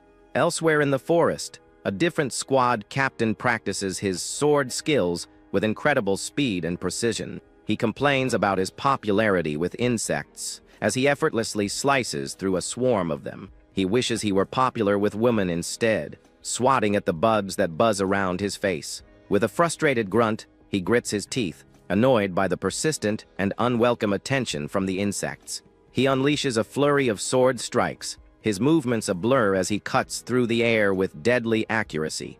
Every slash is precise, a testament to his exceptional skill as he continues his relentless practice. The swarm of insects falls to the ground, each one perfectly sliced in half by his masterful swordplay. His squad members watch in awe, praising his amazing 72-way sword rain dance technique, a basic skill for his sect. They marvel at their captain's skill, wondering how much more amazing the first squad captain, a renowned genius, must be. They compare their captain, nicknamed Swift Chaos Monkey, to the first squad captain, the Clear Wind Sword Dragon, and laugh. Their captain yells at them to be quiet, furiously denying that he has no humanity for reaching peak level in his 20s. One of the female members teases him, suggesting he should try dating the vice captain if he likes her so much. The captain shouts that he is not interested in the vice captain either, getting flustered by their endless teasing. Suddenly, his expression turns serious as he senses something approaching. He orders his squad to form a defensive formation, warning them that a large number of enemies are approaching. As they prepare for battle, one of his subordinates nervously notes that there seem to be far too many enemies. A massive horde of grotesque red-eyed liver ghosts emerges from the trees, charging toward them with terrifying speed. The captain immediately engages the creatures, shouting for his vice captain to send a signal for reinforcements. He cuts down several of the monsters with a single, powerful slash, his expression grim and focused. But as he fights, he notices something that makes him pause in shock and disbelief. He curses as he realizes the creatures are far more numerous and powerful than he anticipated, and he orders everyone to retreat. At that moment, 3 powerful blasts of energy erupt in the distance, signaling the presence of at least 3 mid-level demons. Warriors run desperately through the forest, trying to escape the overwhelming horde of monsters pursuing them. One of the squad members turns to face a charging ghost fiend, preparing to hold it off. The creature is relentlessly focused on its target, swinging a powerful clawed hand without hesitation. With sweat dripping down his face, the young man raises his sword to defend against the fierce attack. He manages to dodge the main blow, but the creature's arm still grazes him, tearing his sleeve. Before he can counter, the fiend catches his sword blade with its bare hand, stopping the weapon cold. The creature's glowing eyes fix on him, revealing the usual tactic is a 2-person feint. As the fiend is distracted, another warrior approaches from behind, ready to land a decisive blow. He drives his sword forward, aiming for the creature's unguarded back, while its attention is elsewhere. However, his confident expression quickly turns to one of pure shock and disbelief. The creature, without even looking back, has caught his sword hilt with its other hand, halting his attack. The warrior looks around in horror, realizing that more ghost fiends have now surrounded him. This is the first time the 6th squad has ever faced such a large number of these monsters. The standard tactics are failing, forcing each member to fight 2 or more ghost fiends alone. The captain shouts in frustration as the chaos spreads, his comrades being quickly overwhelmed. The squad's formation breaks completely, and cries for help echo through the dark woods. The creatures are brutal and efficient, falling upon any warrior who gets separated from the group. The captain desperately yells for his men to pull themselves together and hold their ground. His face is tense with grim determination as he tries to prevent the complete annihilation of his squad. As he focuses on the enemies in front, another fiend with glowing eyes lunges at him from behind. The creature's face contorts into a twisted grin as it closes in for the final blow. The captain looks back in shock, realizing his mistake too late as the monster attacks. He manages to block with his sword, but the battlefield is grim, with his comrades being overrun. Letting his sword fall from his grasp, he decides to rely on his fists instead. He pivots and throws a powerful punch, striking the creature squarely in the face. With fierce determination, he continues his assault, ignoring the other monsters around him. He lands another solid blow, sending the fiend reeling backward from the unexpected force. The captain follows through with a final, devastating punch that connects with the monster's jaw. Standing over the defeated creature, he takes a moment to catch his breath before facing the rest. The impact of his attack was so great that it sent several other nearby fiends stumbling back. He quickly realizes that the number of enemies is still far too great for his squad to handle. Determined to create an opening, he lets out a powerful shout, ready to make a final stand. At that moment, 2 warriors descend from the trees, shouting their attack names as they charge in. Elsewhere, Nasoyu and her companions stand with their swords drawn, watching the chaos unfold. Their eyes are fixed on a single figure who is fearlessly charging straight into the horde. The 3 women look on with expressions of pure shock, unable to believe what they are seeing. The young master's 2 friends, however, watch the scene unfold with confident smiles. Sanwoo Jin is now completely surrounded by the shadowy fiends, but he shows no fear. He quickly grabs one of the creatures. He then starts running, throwing the monsters aside. The captain recognizes the newcomers as the 7th team, realizing their arrival has created a path for retreat. He immediately turns and orders his own squad members to run away at full speed while they have the chance. The captain then urges the 7th team to retreat as well, warning them that the enemy's numbers are simply too much to handle. However, the young master's companion tells the captain not to worry, assuring him that they have a plan. With a wide grin, Baisa Young calls out to his senior brother, telling him that it is now his turn. The green-haired warrior reluctantly takes out a small knife and makes a cut across the palm of his hand. He mutters a curse under his breath, annoyed that he is being forced to go through with this crazy plan. Without any more hesitation, he swiftly approaches one of the unsuspecting ghost fiends. In a flash, he smears his own fresh blood directly onto the creature's face, marking it as a target. he continues this motion, darting through the horde and marking several other monsters with his blood. The scent of blood drives the creatures into a frenzy, and their eyes begin to glow with a menacing red light. With the entire horde now chasing him, he turns and runs while screaming curses at San Woo Jin. Captain Cheong-won sees that he is fast enough to avoid being caught, and his plan seems to be working. He tells his squad that other teams will arrive soon, so they should assist the Sith team and take down a few enemies. Feeling a renewed sense of hope, the captain cracks his knuckles and announces that he will take the lead. He then charges forward into the fray, telling his remaining squad members to follow him closely. A brief memory flashes, showing a powerful martial artist who is surrounded by a serene, glowing aura. San Woo Jin recalls his past life and the great tragedy that unfolded in this very forest. He remembers the powerful warriors who were present at the time. In his past, all he could do was encourage those around him. But in this new timeline, he never gave up on changing the future that he remembered. From the moment he returned, he spent every single day working hard and encouraging his friends. Today, the small changes he made through his layered efforts have finally started to bear fruit. The gap he created was just enough to save his comrades, who now laughed together in relief. The ghost fiend attack, which should have left only the captain as a survivor, ended with minimal casualties.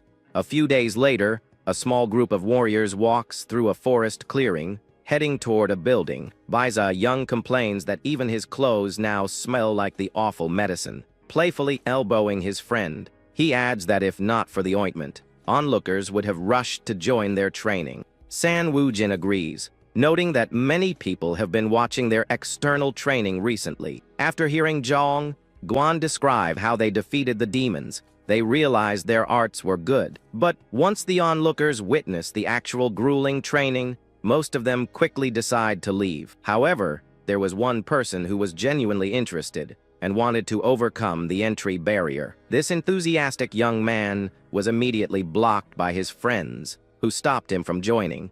The young master just smiles, admitting that he honestly cannot say the training looks pleasant. At that moment, a group of women walks by, and the onlookers recognize them as members of the Dang family. One of the women, with flowing pink hair, carries herself with an impressive and elegant aura. Another woman, Miss Tang, also draws the attention of everyone present with her striking appearance. Tang Yon's beauty is so captivating that it seems as if the world turns dark and she becomes the only source of light. One of the onlookers admits that while he wants to claim his own Na Sioyo is the fairest, he thinks that to match Tang Yon's looks, one needs to be as handsome as Jagal Sioyo. A man approaches the group and introduces himself as Myong Sayan, the vice leader of the third squad. He admits that until now, he thought they were just wasting their time with their intense training. However, he now realizes their efforts were worthwhile and apologizes for looking down on them.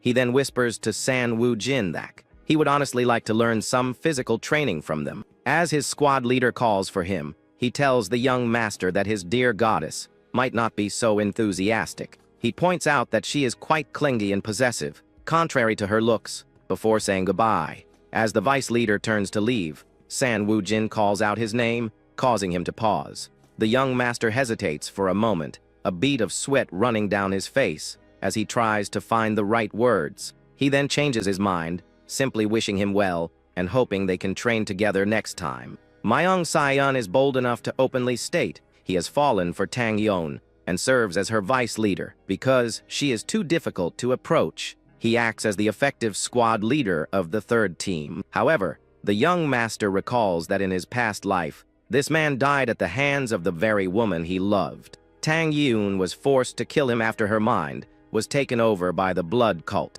Later, he realized she became the woman of Ma Yujium, the fourth squad leader. In her final moments, Yujium's betrayal drove her into complete and utter despair. San Woo Jin now understands that she was not the cold, perfect woman she appeared to be. Baisai Young asks if he's also interested in Tang Yun. He explains that steel spirits will appear soon and he needs her help, but his friend misunderstands. Baiza Young teasingly asks if he loves her so much he would be satisfied with just a conversation. As the young master looks his friend shouts that he is in love with Miss Tang. He frantically tries to explain that it is not what it looks like, saying he just needs to talk to her, but has no connections.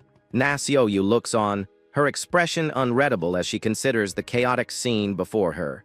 The young master grits his teeth in frustration, realizing he has been completely misunderstood. That evening, as the sun sets, the squad prepares for their night patrol duty. The squad leader, Seal Peng, holds up his hand to halt their advance. Sensing something in the darkness, he notes that it is a chaotic spirit, and the tension of the night patrol immediately rises. As he steps forward, he explains that the demonic heads of the blood cult are dangerous even for peak masters. Suddenly, a monstrous creature lunges out of the darkness, letting out a terrifying scream as it attacks. But this squad has Seal Peng, who easily dodges the attack and leaps onto the creature's arm. With the situation handled, the squad leader calmly states that there are no more abnormalities. He has one crucial weakness, however, which becomes apparent as the female squad members praise him. He gets flustered by their compliments and awkwardly tells them to be on their way.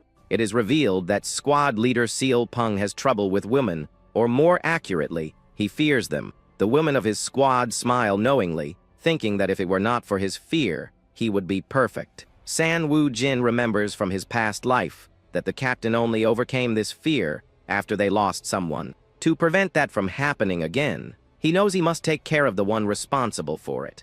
But everything comes back to Jut Jiang, the arrogant man who constantly undermines the captain. Bai Ziyang reminds him that his fight with the green-haired warrior is in just 2 weeks and asks if he can do it. The young master simply smiles and says he's trying his best. The captain then intervenes, speaking of his problem, that it's his inner ki and that it takes years to become strong. She points out that San Wu Jin is a strange individual, as his mind has surpassed that of a first-class one. Bai Ziyang tells his friend to just let them in on his secret plan, since they are the only ones listening. The young master explains that he has an elixir from his father that will increase his ki by about 10 years. The captain correctly guesses that the elixir must have an issue with its purity, which is why he has not taken it. San Wu Jin confirms this, saying that if he consumed it, about half of his total ki would be external. The female squad members are confused, asking what the men are talking about as they do not understand. Chiang Yan explains that if the external ki in elixirs exceeds half the total, ki deviation is more likely to occur. The young master clarifies that this is why he has been pushing back taking the elixir until the last moment. His original plan was to first gain pure ki using his primordial arts, and then take the elixir safely. However, he now believes that at his current state, he can handle a first-rate opponent. Bai Ziyang laughingly admits he had no clue, having never used elixirs before in his life. The pink-haired girl's eyes light up with excitement, and she happily exclaims that they are in the same boat. Her companion blushes and clenches his chest, clearly flustered by her enthusiasm and closeness. Now, Nasioyu mentions that they will be busy for a while, with San Wu Jin's fight and the upcoming meeting. He finds it strange, noting that he has been fighting on the front lines, but has never heard of such events. He remembers that the meeting in his past life occurred in the 13th Corps, and it was oddly peaceful. Bai Ziyang complains that it sickens him how the vice captain will suck up to his superiors during the meeting. He continues, saying that they will be told to clean everywhere and turn the whole place upside down. San Wu Jin asks his friend if he finds it strange that the risk of ki deviation is so high. He makes the scroll thinking about how the demonic sect remains alive. Bai Ziyang pauses for a moment, then thoughtfully agrees that his friend has a very good point. If the members of the blood cult primarily steal the ki of others, it creates a dangerous imbalance. The young master covers his mouth in thought, trying to piece together the puzzle of their power. His eyes narrow as he wonders how they manage to stay alive with such a high risk of ki deviation. Meanwhile, Jut Jiang trains intensely in a clearing while a man with long hair watches him. He lets out a powerful shout as he lunges forward, his movements filled with focused intensity. With a swift and precise motion, he thrusts his spear, demonstrating his growing martial skill. His attack is suddenly stopped as the other man, Mayugium, easily catches his foot, praising his progress. The man smiles, saying the green, haired warrior can now undoubtedly call himself an upper first rate. Jut Jiang thanks him, but is told not to be satisfied with simply not losing to a second-rate opponent. He is ordered to demonstrate overwhelming power befitting his sect, and the proud warrior readily agrees. UGM watches him, thinking that the newcomer needs to realize what kind of opportunity he threw away. His expression darkens as he vows that San Wu Jin will pay for having the audacity to refuse him. In a room, someone asks if it's true that inexperienced recruits defeated a chaotic spirit. Our boy then explains that Qiangian defeated the demon, and he couldn't do anything because he was weak. But the other guy says it was our protagonist who distracted the creature and saved everyone's lives. Our boy. Then he goes on to say that he just followed what he was told to do and pierced the monster's mouth. A woman asks how he knew that spirits were weak against the light, and the young man says it was luck. A man with red eyes thinks like a second-rate warrior would risk his life against a demon. Seeing our hero laugh, the man thinks that he must have done a lot of research since little information is publicly available. With a smile,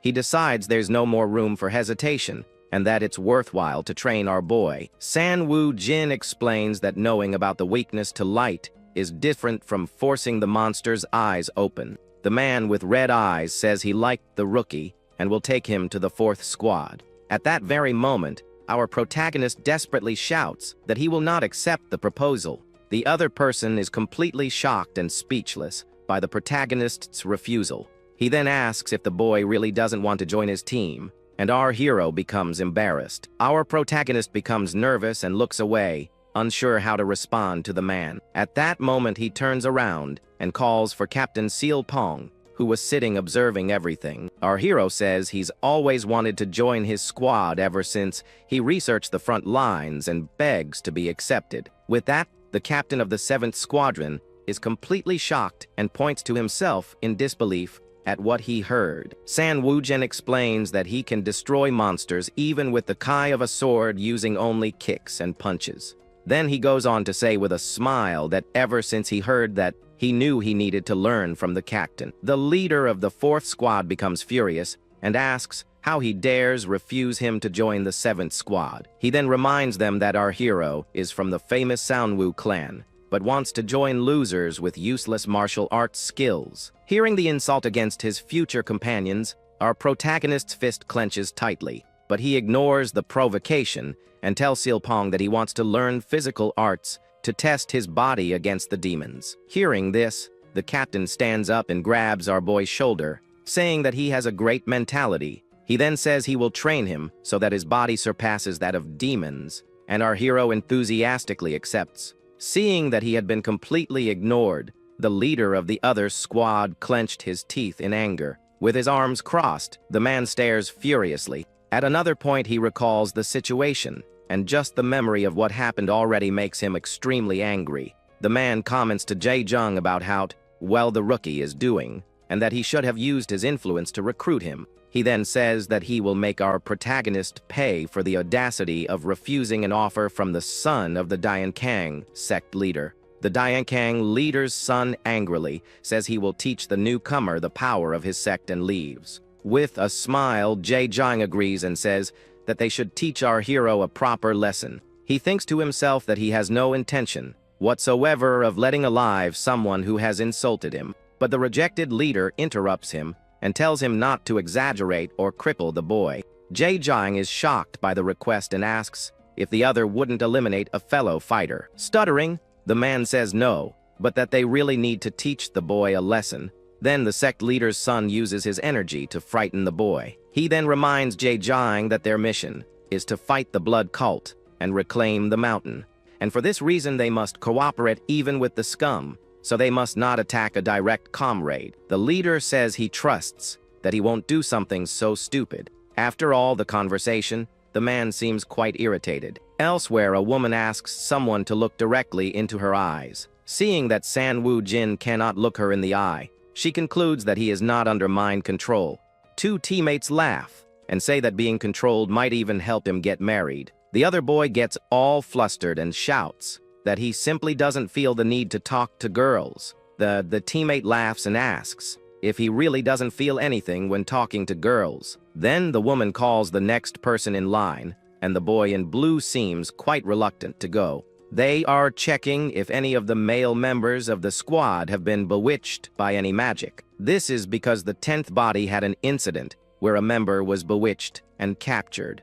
From time to time, some people fall under the influence of the blood cult, and it is a big problem. And the worst part is that they still haven't discovered a way to break the mind control of this cult. The woman then asks the young man to look her in the eyes, and he becomes very nervous at the request. She explains that he needs to maintain eye contact and not just glance at her. With a smile, Captain Sealpong asks what happened to the courage he once had. The boy, blushing deeply, says that this proves he wasn't bewitched and asks her opinion. The woman agrees and says that since he can't look her in the eye, she thinks he's fine. It is possible to tell if someone has been controlled just by looking into their eyes. As the light fades, this task of identifying irregularities is assigned to women like Chiang Yin. Next, the woman announces that it is now Sanwoo's turn to take the test. He blushes but says that if he wanted to, he could do this all day without any problem. One of his companions laughs and wishes him good luck, saying, "Let's see how confident our hero really is." Sanwoo thinks this is a rare chance to look into her eyes, and decides to take a good look at her face. He then realizes that she has a compassionate smile and a face that could heal any heart. Just that thought makes Sanwoo blush completely, and he starts smoking. His teammates burst into laughter and ask how a human face can get so red. The woman then says that she doesn't even need to check his eyes, because he seems to be worse than the squad leader. Sanwoo panics and desperately begs her to check his eyes anyway. Seeing his reaction, the woman apologizes for provoking him and tells him not to push himself so hard. But Sanwoo cries comically, because it was his only opportunity to face her as much as he wanted. At that point, one of the boys asks the vice leader if she also checked Chiang Yin's eyes. Sanwoo looks at the others who are talking. Sanwoo thinks he's never seen her face completely, and that she said she has a scar. But even with that excuse, he still feels that the girl is hiding something else from him. The vice leader then reveals that she has already seen her face, and that she has no choice but to hide it. She then explains that if Chiang Yin didn't hide her face, it would cause enormous confusion. Sanwoo is confused as to why the girl with blue hair would need to hide her face. Captain Sealpong then warns that he has heard rumors that it may not be just a spider spirit this time. These creatures are strengthened by blood, and the one they had faced before had already consumed 5 people. Sanwoo then approaches the 2 girls and asks what their plans are for the rest of the day. Upon hearing that they will only be training near the barracks, our Seonwoo lets out a sigh of relief. He then remembers that in his past life the pink-haired girl died around this time. Therefore, he warns the 2 girls not to go to dangerous places and to stay alert while the leader is far away. With a smile, the girl thanks him for his concern and tells him not to worry about them.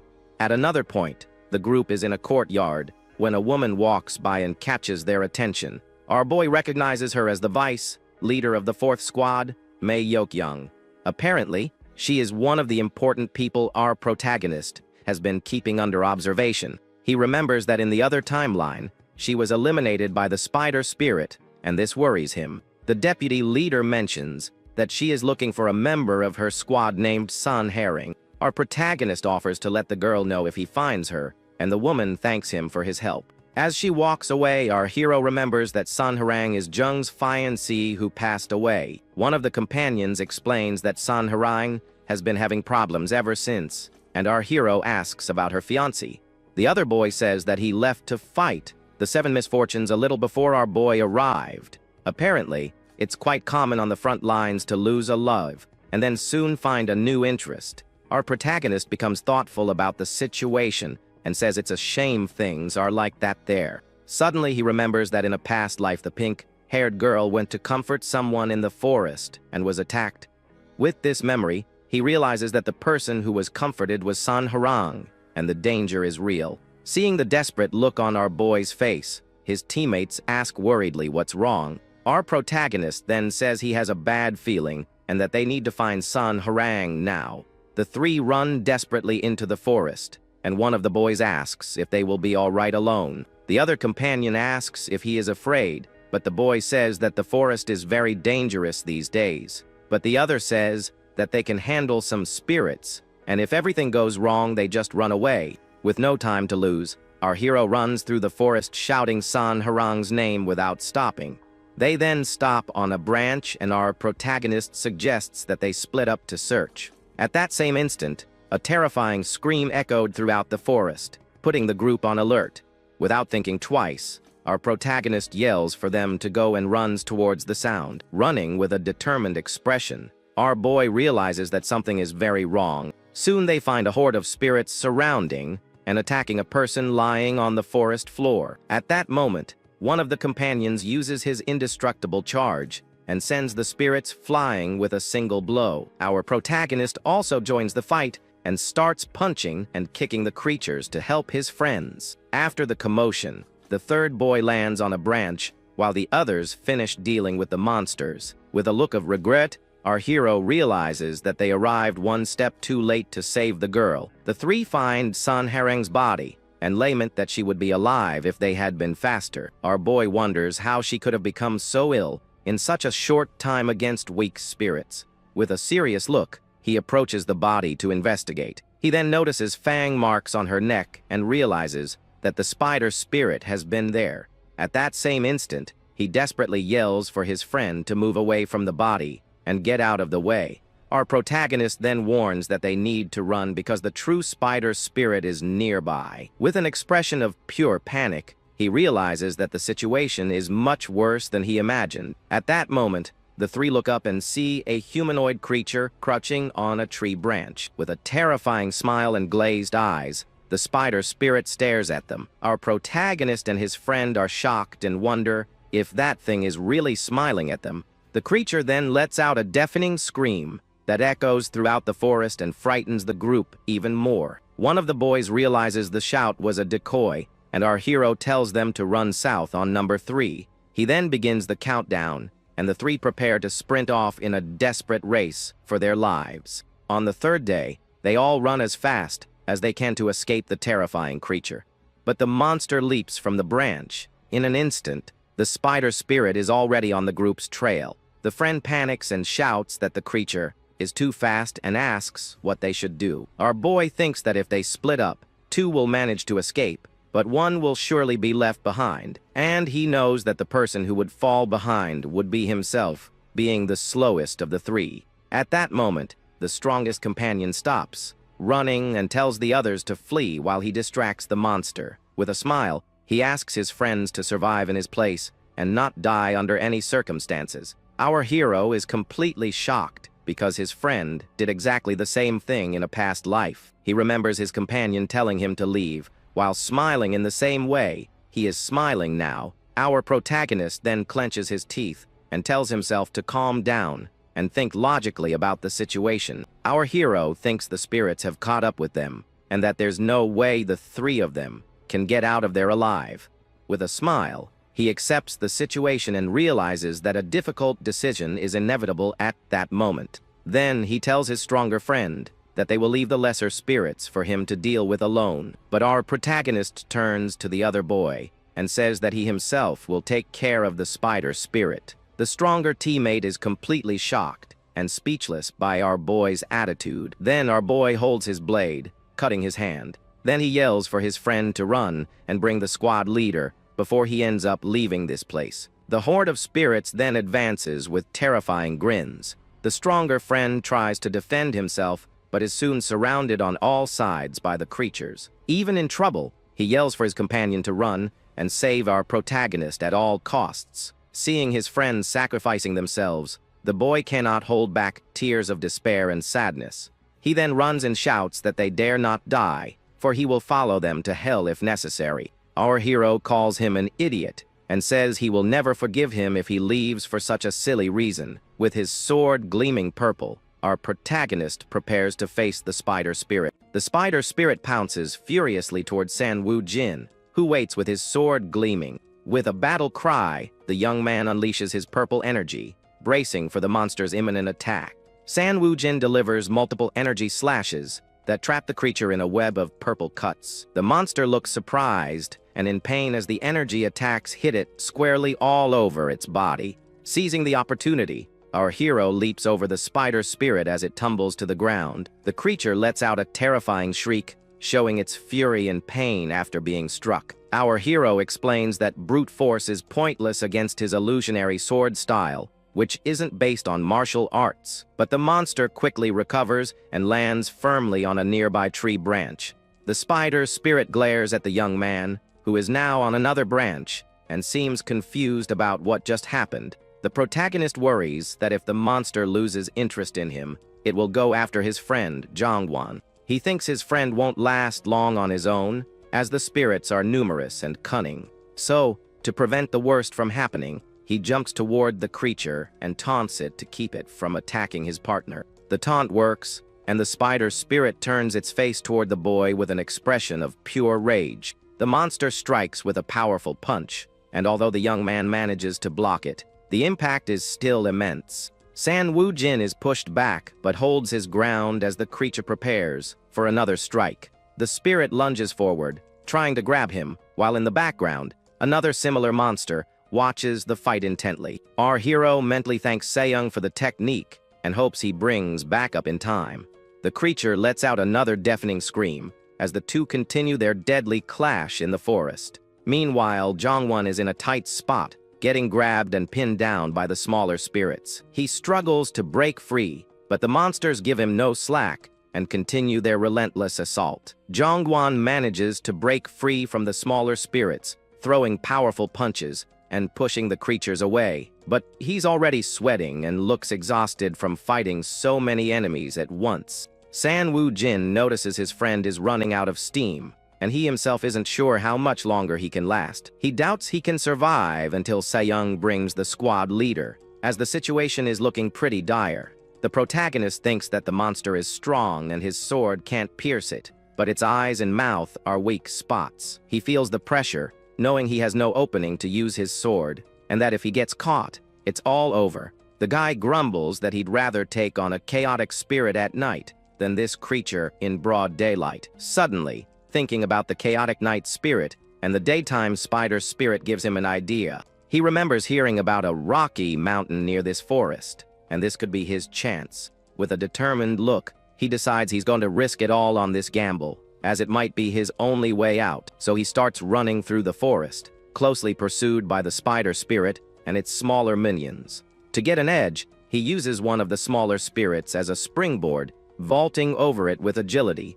The creature lets out a cry as our hero glares back at it, ready to continue his strategic escape. Without hesitation, he runs his sword through the monster, clearing a path through the horde chasing him. With a focused expression, he prepares for the next step of his risky plan to survive. One of the spirits screams as the larger spider creature closes in from behind, ready to strike. The spider spirit attacks one of the smaller spirits with a spinning blow, showing off its brutal strength. After clearing the obstacle, the monster glares at the protagonist, who dares it to try again.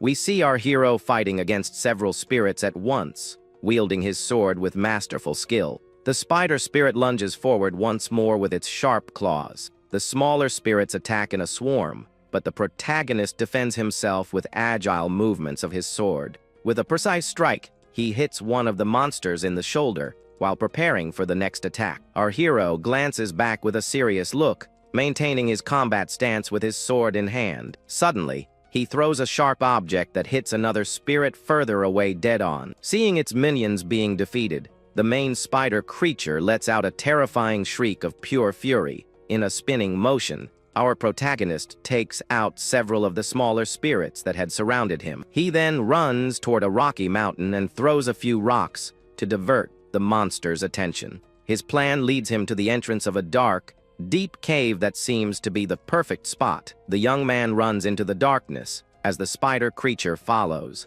screaming without hesitation. He goes deeper and deeper into the cave, running away from the light of the entrance and the monster's line of sight. Finally, in the pitch black, he stops and turns around with a confident smirk, waiting for his pursuer. The darkness in the cave is nearly absolute, and the monster's screams echo off the stone walls. Our hero explains that chaotic spirits are active at night, while these spider types operate during the day. This means the spider spirit relies heavily on its sight to hunt and fight effectively. But now that they're in total darkness, the creature will have to rely on its sense of smell to try and locate him. The monster screams desperately, now unable to see its target and completely lost. The protagonist can't see anything either and knows the situation is dangerous for both of them. He then calms himself and remembers his leader's training to focus and sharpen his senses. With a bloodied hand, he concentrates, trying to feel any movement from the monster in the darkness. He knows he only gets one shot and will wait for the exact moment the creature lunges to make his move. He focuses, telling himself not to be hasty and that he needs to sense the monster's location. He then calms his mind and tries to feel the flow of energy in the area to predict the creature's next move. With that, he lets a few drops of his blood fall to the ground to act as bait for the spider spirit. His eyes gleam with determination as he waits for the perfect moment to execute his risky plan. The instant the monster moves, he yells, "Now's my chance," and readies his sword, which glows with a blue light. With a swift and precise motion, he lunges forward and delivers a powerful strike into the total darkness of the cave. The attack lands a direct hit, and the spider spirit lets out a deafening scream of pain. The creature continues to shriek, and our hero, relieved, realizes his plan worked perfectly. He then breaks into a smile of pure relief, but also exhaustion. After all the tension of the fight, the young man clenches his fist, still feeling the adrenaline from the battle. He just fought against the monster, but he knows it's no time to relax and starts running out of the cave to help his friend. Outside, Jongwon is still fighting bravely against the smaller spirits that surround him on all sides. He looks surprised as one of the spirits approaches and braces for the impact of the attack. Just then, Jongwon hears his name and sees San Woo Jin running toward him to help in the battle. With a huge smile on his face, our protagonist shouts to his friend that they need to head back now. Suddenly, the other friend who went for help shows up and starts chewing them out for staying behind. He says he's just really glad they're alive, and the three of them hug, relieved to be reunited. Then, the three of them notice someone else arriving and look up to see who it is. It's the squad leader, Seal Pong, who has finally arrived on the scene with a serious expression on his face. He praises our hero, saying it was impressive that he managed to hit the monster, especially for a rookie. The protagonist looks serious and says he has something to ask the squad leader right then and there. He asks the leader to keep it a secret that he defeated the monster, as he doesn't want to attract attention. The leader warns him that he won't get any credit or fame that way, but the young man smiles and says that's fine. With a satisfied grin, he states that just surviving alongside his comrades is enough for him. Later, we see the protagonist walking alone through a dark forest at night. Suddenly, he seems to be in a nightmare and cries out desperately for his leader, Seal Pung. His eye is wide with terror as sweat drips down his face, showing his utter despair. In the dream, he finds himself alone in a dark clearing, sensing that something terrible is about to happen. He looks up with an expression of pure horror, as if reliving a major trauma. The nightmare scene is one of pure destruction, with fire and chaos everywhere, and silhouettes of people falling. We see the body of an injured person amidst the flames, revealing the tragedy he's reliving. The person's face is revealed, and she's smiling despite being gravely injured in the middle of the fire. San Woo Jin wakes up, gasping and utterly horrified by the nightmare he just had. Sitting up in bed, he watches his roommate sleep and tries to calm himself after the terrible dream. He looks at his own hands and wonders if it was all just a nightmare or a memory. Then he notices that the leader's bed is M-figures. He went to train again, as usual. The young man holds his head in despair, as the nightmare was a memory from his past life where everyone perished. He thinks that in this life, he saved a friend and trained, risking everything to achieve his goals. But with a clenched fist, he questions if everything he's doing is really enough. He knows that soon, more powerful monsters like the Cheel, Jai and the Doxa, will appear one after another. He remembers that in his past life, he barely survived, losing friends, and the demons were just the beginning. 5 years later, the Hyo Ma appeared with incredible power, and 2 years after that, the front line collapsed. The blood cult simply ignored all agreements and began to expand its territory mercilessly. Since he fell in that battle, he doesn't know if the Martial Alliance won or if the cult took over the world. Because of this, he knows that no matter the future, the only thing he can do is train every single day without stopping. But every time the nightmare returns, he wonders if all his effort is truly enough. With a determined look, he comes to the conclusion that what he's doing now is not going to cut it for what's coming. With only 2 days left until the confrontation with Jutei Kaiyang, we see a group patrolling the forest. One of the girls complains that of all days, she's on patrol when she really wanted to train a bit more. She smiles, thinking she never imagined she'd one day be bummed about not being able to do a night training session.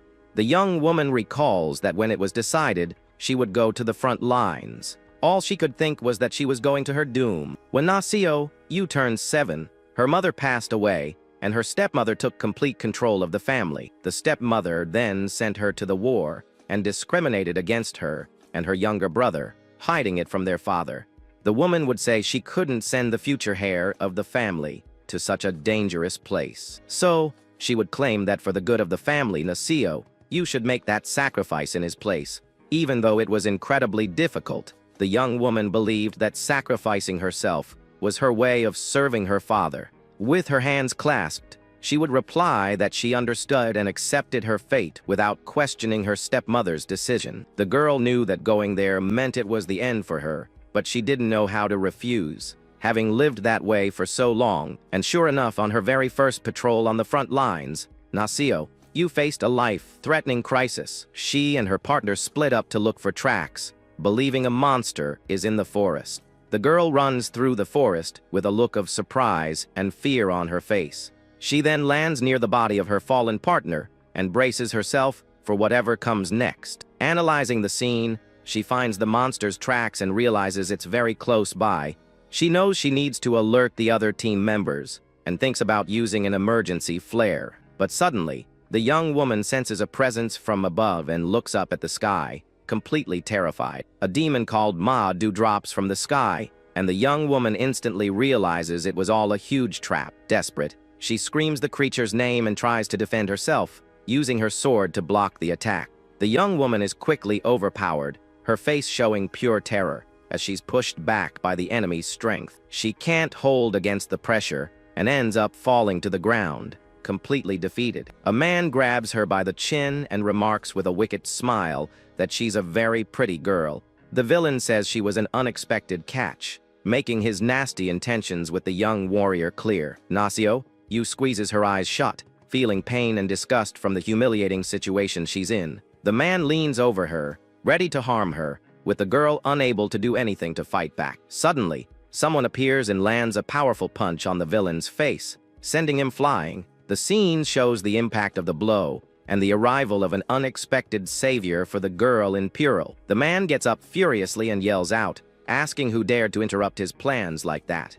But the savior, who is Seal Pong, is already in a fighting stance, ready to continue the brawl.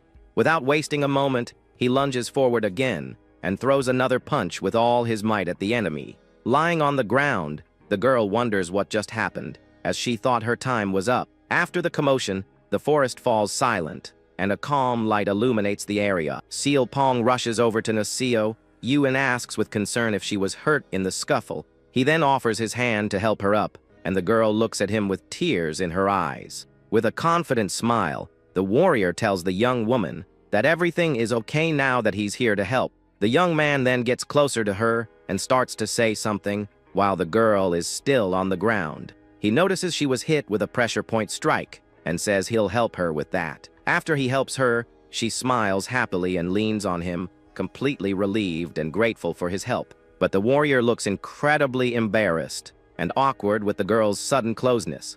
She remembers that in that moment, she forgot all her fear and just burst out laughing. Later, he was chosen as the leader of the newly formed Squad 7, and she decided to follow him. The girl thinks to herself that those were the happiest moments of her entire life up to that point, and she feels that even if she were to pass on tomorrow, she wouldn't regret any of her choices. Feeling like they have nothing to regret, the squad heads deeper into the forest. During the walk, Young Master Bai complains that his body feels heavy, but the vice leader says she feels just fine. With a smile, she compliments the guy, saying he's gotten more handsome lately. Young Master Bai gets all flustered and says that's hard to believe since all she does is praise him, but the woman insists it's true. Elsewhere, the girls are fawning all over young Master Bai, who's getting completely flustered by all the attention. The guy is surprised and blushing as the ladies call out to him. The vice leader then gives him a tip, saying that women don't like the obvious stuff, and the secret is to be subtle. Right after, she turns and her attention shifts to someone else in the group. Looking at Soundwoo, she wonders if something's bothering him, as he seems really deep in thought lately. She figures everyone thinks it's because of the duel, and the squad's whole vibe feels heavy because of him. Thinking of Yaon, the vice leader remembers a conversation that still really bothers her. Meanwhile, somewhere else, Yan is chatting with her friends, and one of them says she was right about something. The vice leader mentions that at first, she thought Sanwoo and Yaon were a couple or had feelings for each other. She first thought this when she saw Yaon join the 7th squad, right after our hero did. The pink-haired girl agrees, saying she thought the same thing, but after seeing Yaon's face, she felt sorry for her. The two then look at Yaon, waiting for her to respond to this whole conversation. With a blushing face, Yaon confesses to her friends that she likes young Master Soundwoo. The sudden confession leaves the other two girls completely shocked and speechless. The vice leader tries to play it down, saying she also likes him as a treasured member, but Yan is direct, stating that she likes Sanwoo as a man, leaving her friends even more stunned by the revelation. The vice leader is taken aback by the answer, and Yaon says he seems interested in her, but not as a woman.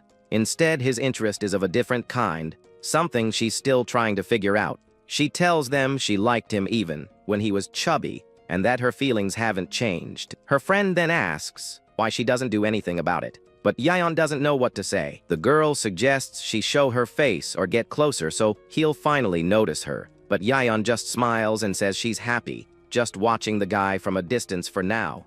This response leaves her two friends completely speechless, not knowing what to say. The vice leader thinks that after hearing this story, she can't meddle in their business. Suddenly, a hand appears from between the trees, interrupting their conversation. It was their leader, Seal Pong, who pops out of nowhere, putting the entire squad on high alert. Our protagonist and the vice leader realize something strange is going on. Without a second thought, the leader sprints deep into the woods. He flies past our hero and the rest of the squad, who are left in the dust. From behind a tree, a desperate man appears, begging for help. The squad leader is surprised and stops to see what's happening. Meanwhile, the sun sets over the mountains and the forest. The man explains that he's from the Miao tribe, and that he's not a monster, but a survivor. He says the venerable poison is in bad shape, and that everyone is going to bite the dust without their help. The vice leader sums it up, saying they were saved by this person who is now on their last legs. Shilpong then speculates that it could be a ki deviation caused by training. One of the guys remarks that they came all the way to the front lines just to ask for help. On his knees, the man from the Mao tribe begs them to save his benefactor and his brothers. But suddenly, a voice cuts in, saying the story is obviously a lie. It's Chute Jiang, who doubts how they could have survived in a forest swarming with demons.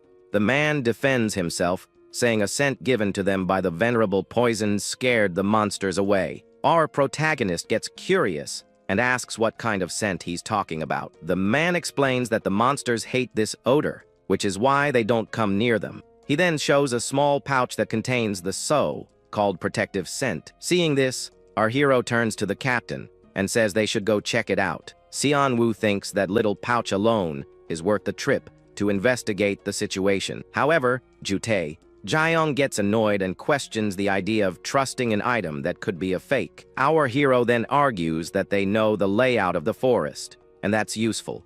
The guy gets furious and reminds them that the Blood Cult and the Martial Alliance have an agreement. With a smirk, our hero says that agreement isn't worth the paper it's written on, since they get attacked every single day. He taunts Jute Jiang, asking how a disciple of the Spear sect could say something like that. And he asks if he's forgotten their mission to attack the cult and take back the temple.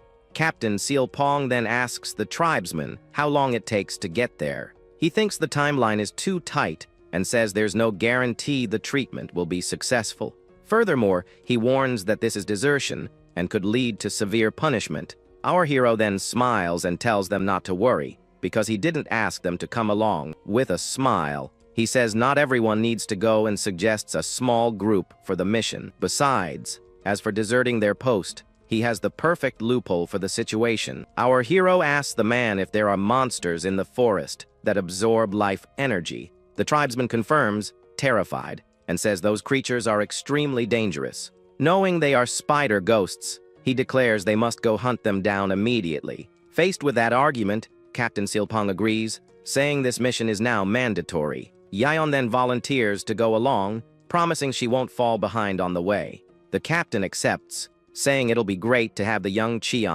Yan with them on the journey. Right after, he asks the vice captain to watch their six and apologizes for his absence. With a smile, she tells him to come back safe and says she'll be waiting for them. The farewell leaves Captain Pong with a slightly worried expression on his face. But before they leave, Jiang approaches and reminds our hero about their duel. He's not postponing the fight and even accuses the kid of running away to avoid it. Our protagonist laughs and says a duel with him means nothing compared to this mission. Utterly indignant at the response, Jiang is left fuming and speechless. Paying him no more mind, the group takes off, running at high speed through the forest. As he's being carried, the tribesman is amazed by the group's incredible speed. Our hero notes that even in this situation, the young man has a pretty cheerful personality. He then remembers that in his past life, this same guy came asking for help but was turned away. Back then, since nothing changed, he thought it was just an insignificant encounter. But he remembers that after that, the venomous snake ghost appeared and everything went south. This tragedy happened right when Captain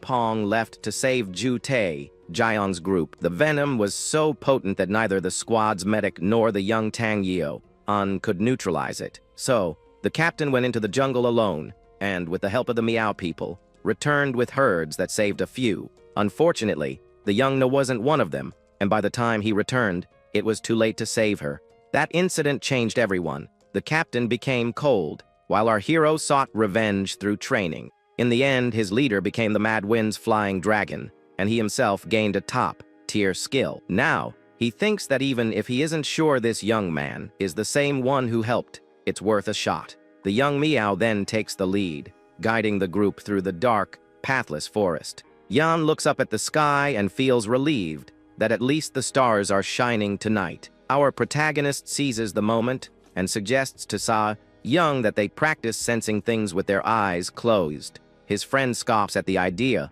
complaining that the situation is already tough, and now he's adding more training. The guide asks everyone to stick close, as the area is quiet because it's inhabited by snakes and insects. The group continues walking very carefully through the dark and silent woods, following the guide. Suddenly, our hero and his friend are startled by a swift movement in front of them. It was Captain Pong, who acted fast and snatched a strange red creature out of the air. He identifies it as a triple vein corpse, and Yaon freaks out because it's a super rare venomous critter. The captain simply crushes the creature and says that apparently it's not so rare around here. The young Meow is impressed by his skill, and Pong asks if that sort of thing is common in the area. The guide then warns that up ahead is the poisonous forest, with a swamp they would never. Lost in thought, our hero concludes that the Meow people are hiding here because of the blood cult.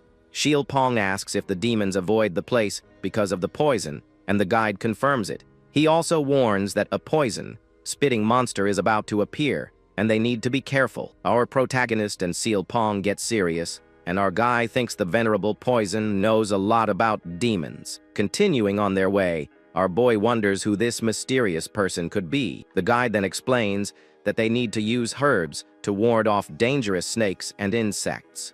Yaon comments that they should learn that trick, but Pong says it would be trouble to come here unprepared. The captain realizes their patrol route only goes this far because of the dangerous poisonous forest. The group then continues their journey cautiously through the dark and sinister forest.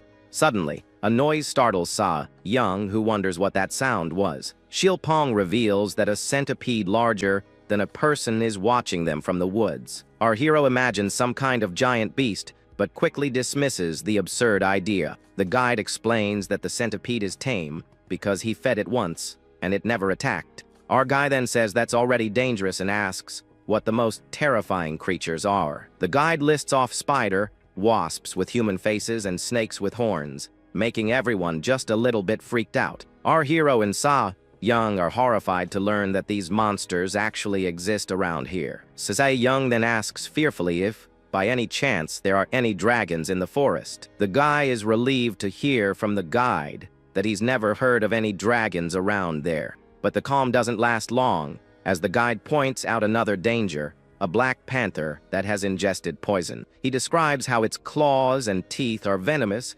and that it's so strong that spears are useless against it. Suddenly, Shilpong stops and says the panther is right there in front of them. The group tenses up as they spot the creature approaching slowly in the darkness. With its eyes glowing, the black panther stares them down, ready to pounce at any moment. The guide freaks out, saying it shouldn't be here, as it usually stays deeper in the forest. Shilpong throws a piece of meat to try and distract the animal and buy some time. The panther approaches the food and sniffs it suspiciously, without taking its eyes off the group. Instead of eating the meat, it crushes it with its paw, showing it has no interest in it. Yayan wonders if they look tastier than the meat, as the panther continues to stare them down. Our hero thinks it's because they don't have the protective herbs on their skin, like the guide does. Young jokes that it's a shame our guy lost all that weight, because he would have made some prime bait. Our hero shoots back with a sarcastic remark, and his friend says he's as sharp as ever. The panther then starts to move, and Young warns that it's coming their way. Without hesitation, Shilpong charges forward and leaps towards the animal to start the fight. The panther attacks with its poisonous claws, but the captain is faster and dodges. He counters with a powerful punch that lands squarely on the creature's body. Young is shocked to see that the panther managed to block the captain's attack. The creature then prepares for another attack with its sharp and deadly claws. Shilpong doesn't back down and delivers a powerful kick that hits the panther hard. The impact of the blow causes the panther's paw to bend at an odd angle. Even injured, the panther doesn't give up and continues to fight Captain Shilpong. With the force of the impact, Captain Shilpong is thrown back violently. He's clearly surprised by the beast's power, as he wasn't expecting that. The panther then prepares for another attack, its paw glowing with energy. However, the leader manages to dodge just in time, showing off his incredible agility in battle. Meanwhile, our protagonist and Yeon watch the fight with deep concern. The creature then manages to land a hit on the captain, sending him flying with a brutal blow. Even in mid-air, Shilpong manages to twist around and counters the attack with a powerful punch. Seeing that the situation is getting hairy, the rest of the team jumps in to help. Our hero and Yeon get ready for a combined attack from above the beast. But the panther reacts quickly, using its tail like a whip to defend against the blow. The attack hits our guy, and Yeon catches him to keep him from hitting the ground. Deep in the forest, a giant panther nimbly dodges a joint attack from two warriors. Immediately after, the two swordsmen land on the ground, ready to give chase. Faced with this situation, the creature decides to flee deeper into the woods as the group watches. The beast, with its glowing eyes, continues on its path through the dark of the night. Its intimidating gaze shows it's no ordinary animal, but a truly dangerous creature. And just like that, the panther calmly walks away while the group of adventurers simply watches it go. The man in red comments to his companions that it looks like the beast is heading back to its turf. His friends, on the other hand, are stunned, remarking on how incredible it is that a monster like that even exists.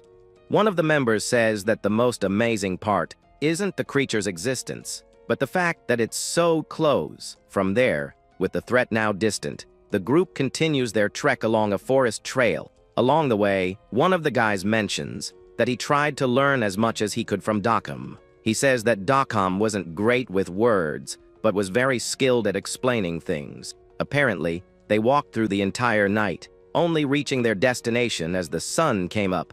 The group leader comments that at their current pace, They can make it back in about 6 hours. Our MC is confused and asks if the three of them really memorized the whole way back in the dark. His companions reply that the path wasn't complicated and that it was only natural to memorize it for the return trip. Hearing this, our MC gets a totally ticked off look on his face, not believing what he just heard. At that moment, Dockham points to a small thatched hut and says that's his home and they're expected. With that, he runs into the hut, calling for the Poison Elder and saying he's brought people to help. Inside, some children see Dockham and cheer happily, saying he's finally back. The kids hug him and ask where he went, telling him they missed him a lot. Right after, a very cranky old man asks where he's been all night and what this nonsense is about. Kelp. The group leader politely introduces himself, saying they came at Dockham's request to offer assistance.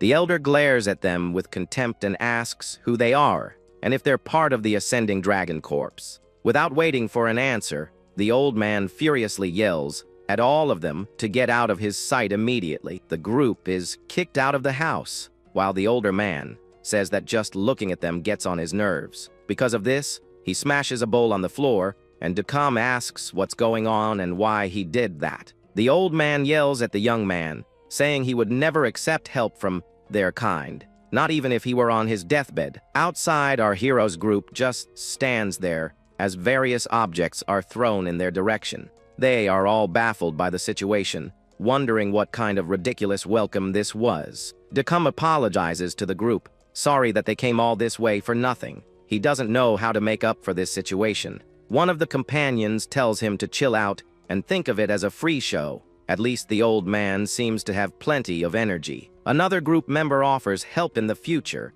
and asks for a favor in return. Dockham immediately accepts, promising he'll remember. The companion reflects that his goal was achieved by settling the debt. He wanted a contact to get herbs and information. With that settled, he calls for the squad leader so they can leave. After all, if they leave now, they'll have plenty of time. However, the squad leader turns around and heads back to the house. Dockham is confused, wondering about the squad leader. Title.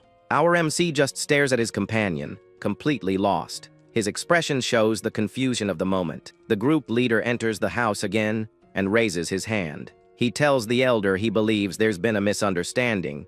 From the bed, the old man shouts back, asking what misunderstanding. He then tells the group to get out of there at once. The leader explains that he's from the Ascending Dragon Corps but isn't orthodox, and they didn't come to take anything, only to help. The elder thinks that's a load of bull and doesn't believe it. To him, it's like a dog denying it's an animal. Faced with this, the leader proposes a bold bet. If he proves he's not orthodox, the old man will let himself be examined in detail. The older man is in complete shock at the unexpected proposal. He can't even respond properly. The leader takes the silence as a wise, and so he starts approaching the sick man. The rest of the group is completely clueless. They wonder if the leader isn't orthodox and admit they don't know about his sect. One of the companions thinks that no one knows the squad leader's true appearance, not even among the 13 Ascending Dragon Corps. He vividly remembers the day the front line collapsed, and he saw the leader's true identity, with his red eyes and terrifying power. Upon hearing about the red eyes,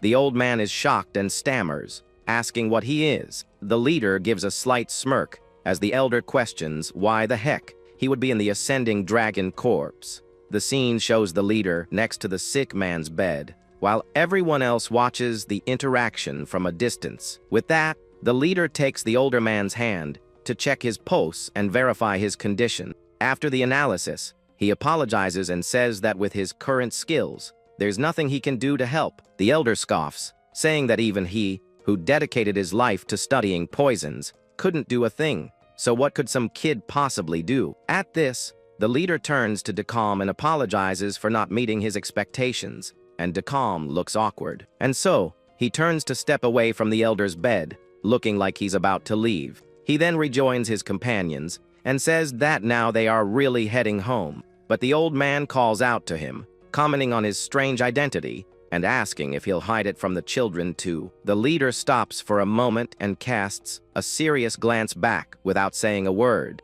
From there, the man in charge reveals his affiliation, telling the elder that he is part of the blood cult.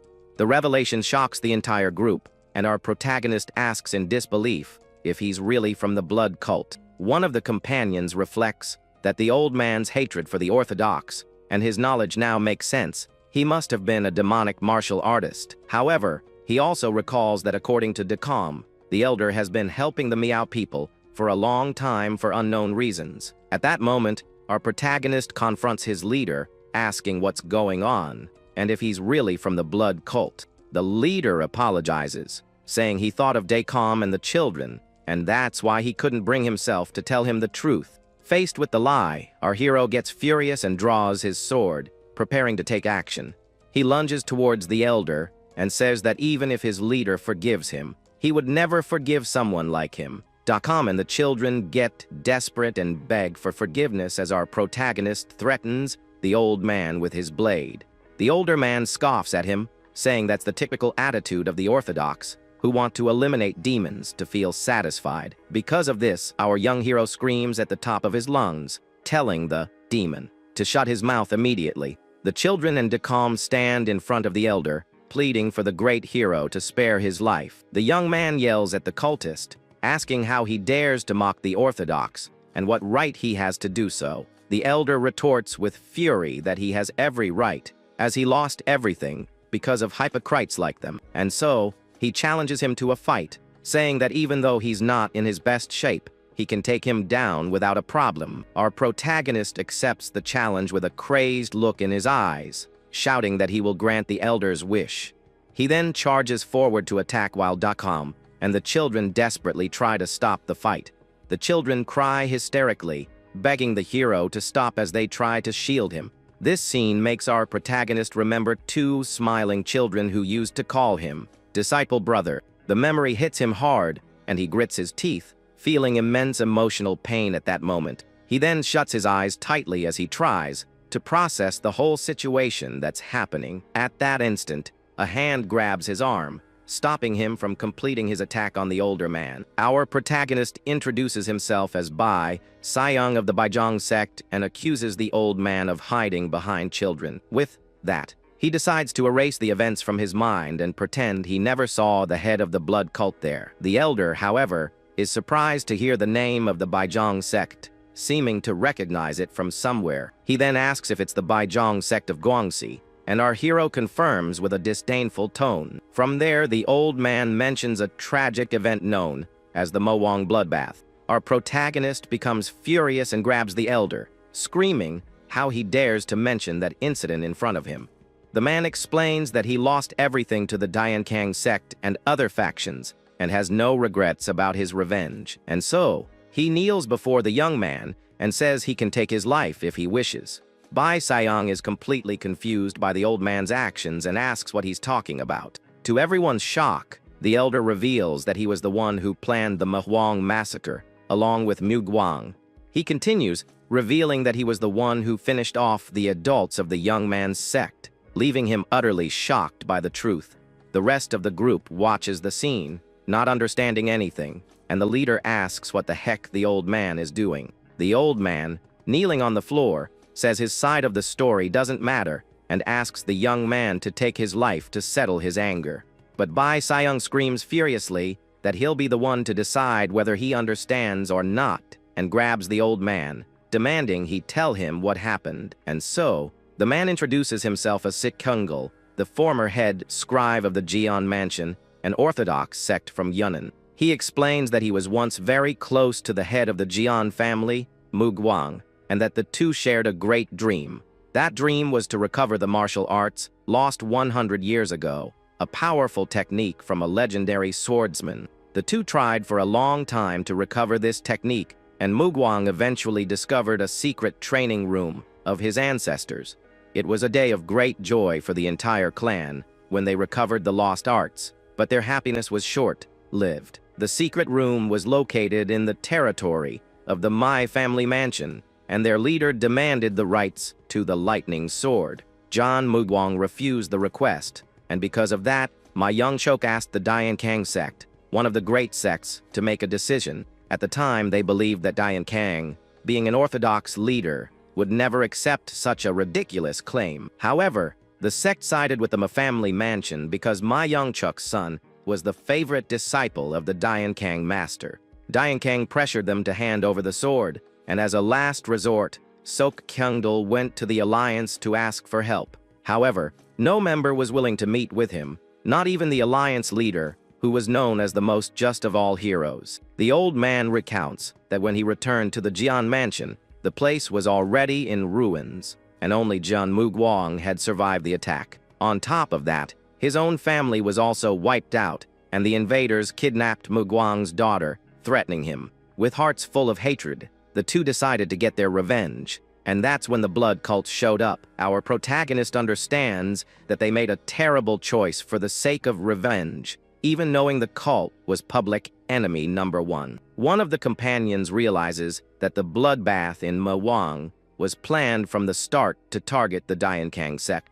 The old man confirms with a dark smile, saying they followed his predictions perfectly, falling right into the trap. However, he didn't expect all the martial artists to be pushed there, but he admits that's just an excuse. And so, he again asks Bai Sayung to take his life, just as he took the lives of his elders to get his revenge. At that moment, the children run to protect him, screaming desperately for them not to harm their grandfather.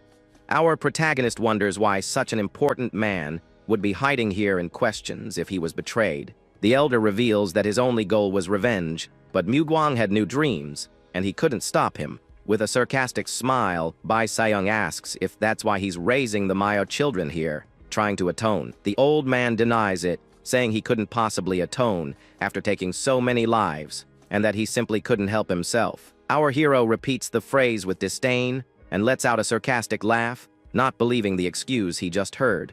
He then explodes with rage, shouting if the old man has any idea how they had to live because of him and his masters. Our protagonist continues his furious speech, questioning the old man and saying that if he's from the cult, he should live like it. With a maniacal smile, he recounts that he revealed he was from the Baijung sect to a Dian Kang member just to see their reaction.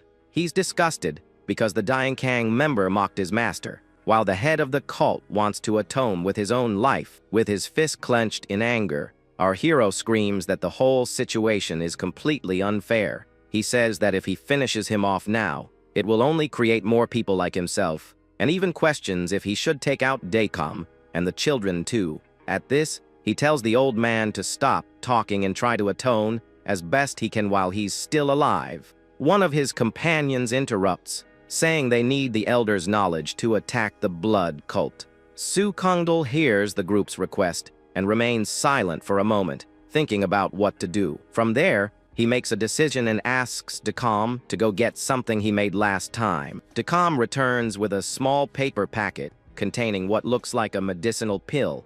The old man offers the pill and says it's no greater rejuvenation pill, but it's on par with the lesser one from Shaolin. Our protagonist gets all flustered and denies that something like that will calm his anger, saying he's not that kind of person. His companions then start teasing him, remembering how he was always complaining about never getting his hands on an elixir before. After the teasing, our hero becomes thoughtful and suggests they split the pill among everyone. He explains that one of them needs Ki immediately, and the others need to get stronger so they can protect him. The leader and his female companion decline the offer, thanking him. He says elixirs no longer help him, as he has reached his 80-year limit. Seeing the group's attitude, the elder is shocked. He's never seen anyone offer up an elixir and asks what kind of people they are. Our protagonist then tells his friend not to worry about Q deviation and to just eat the pill.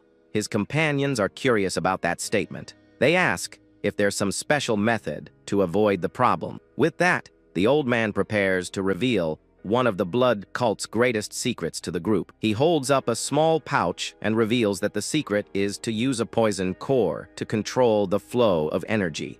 The group doesn't get it, and he explains that it's a poison Ki core with very faint traces of poisonous Q.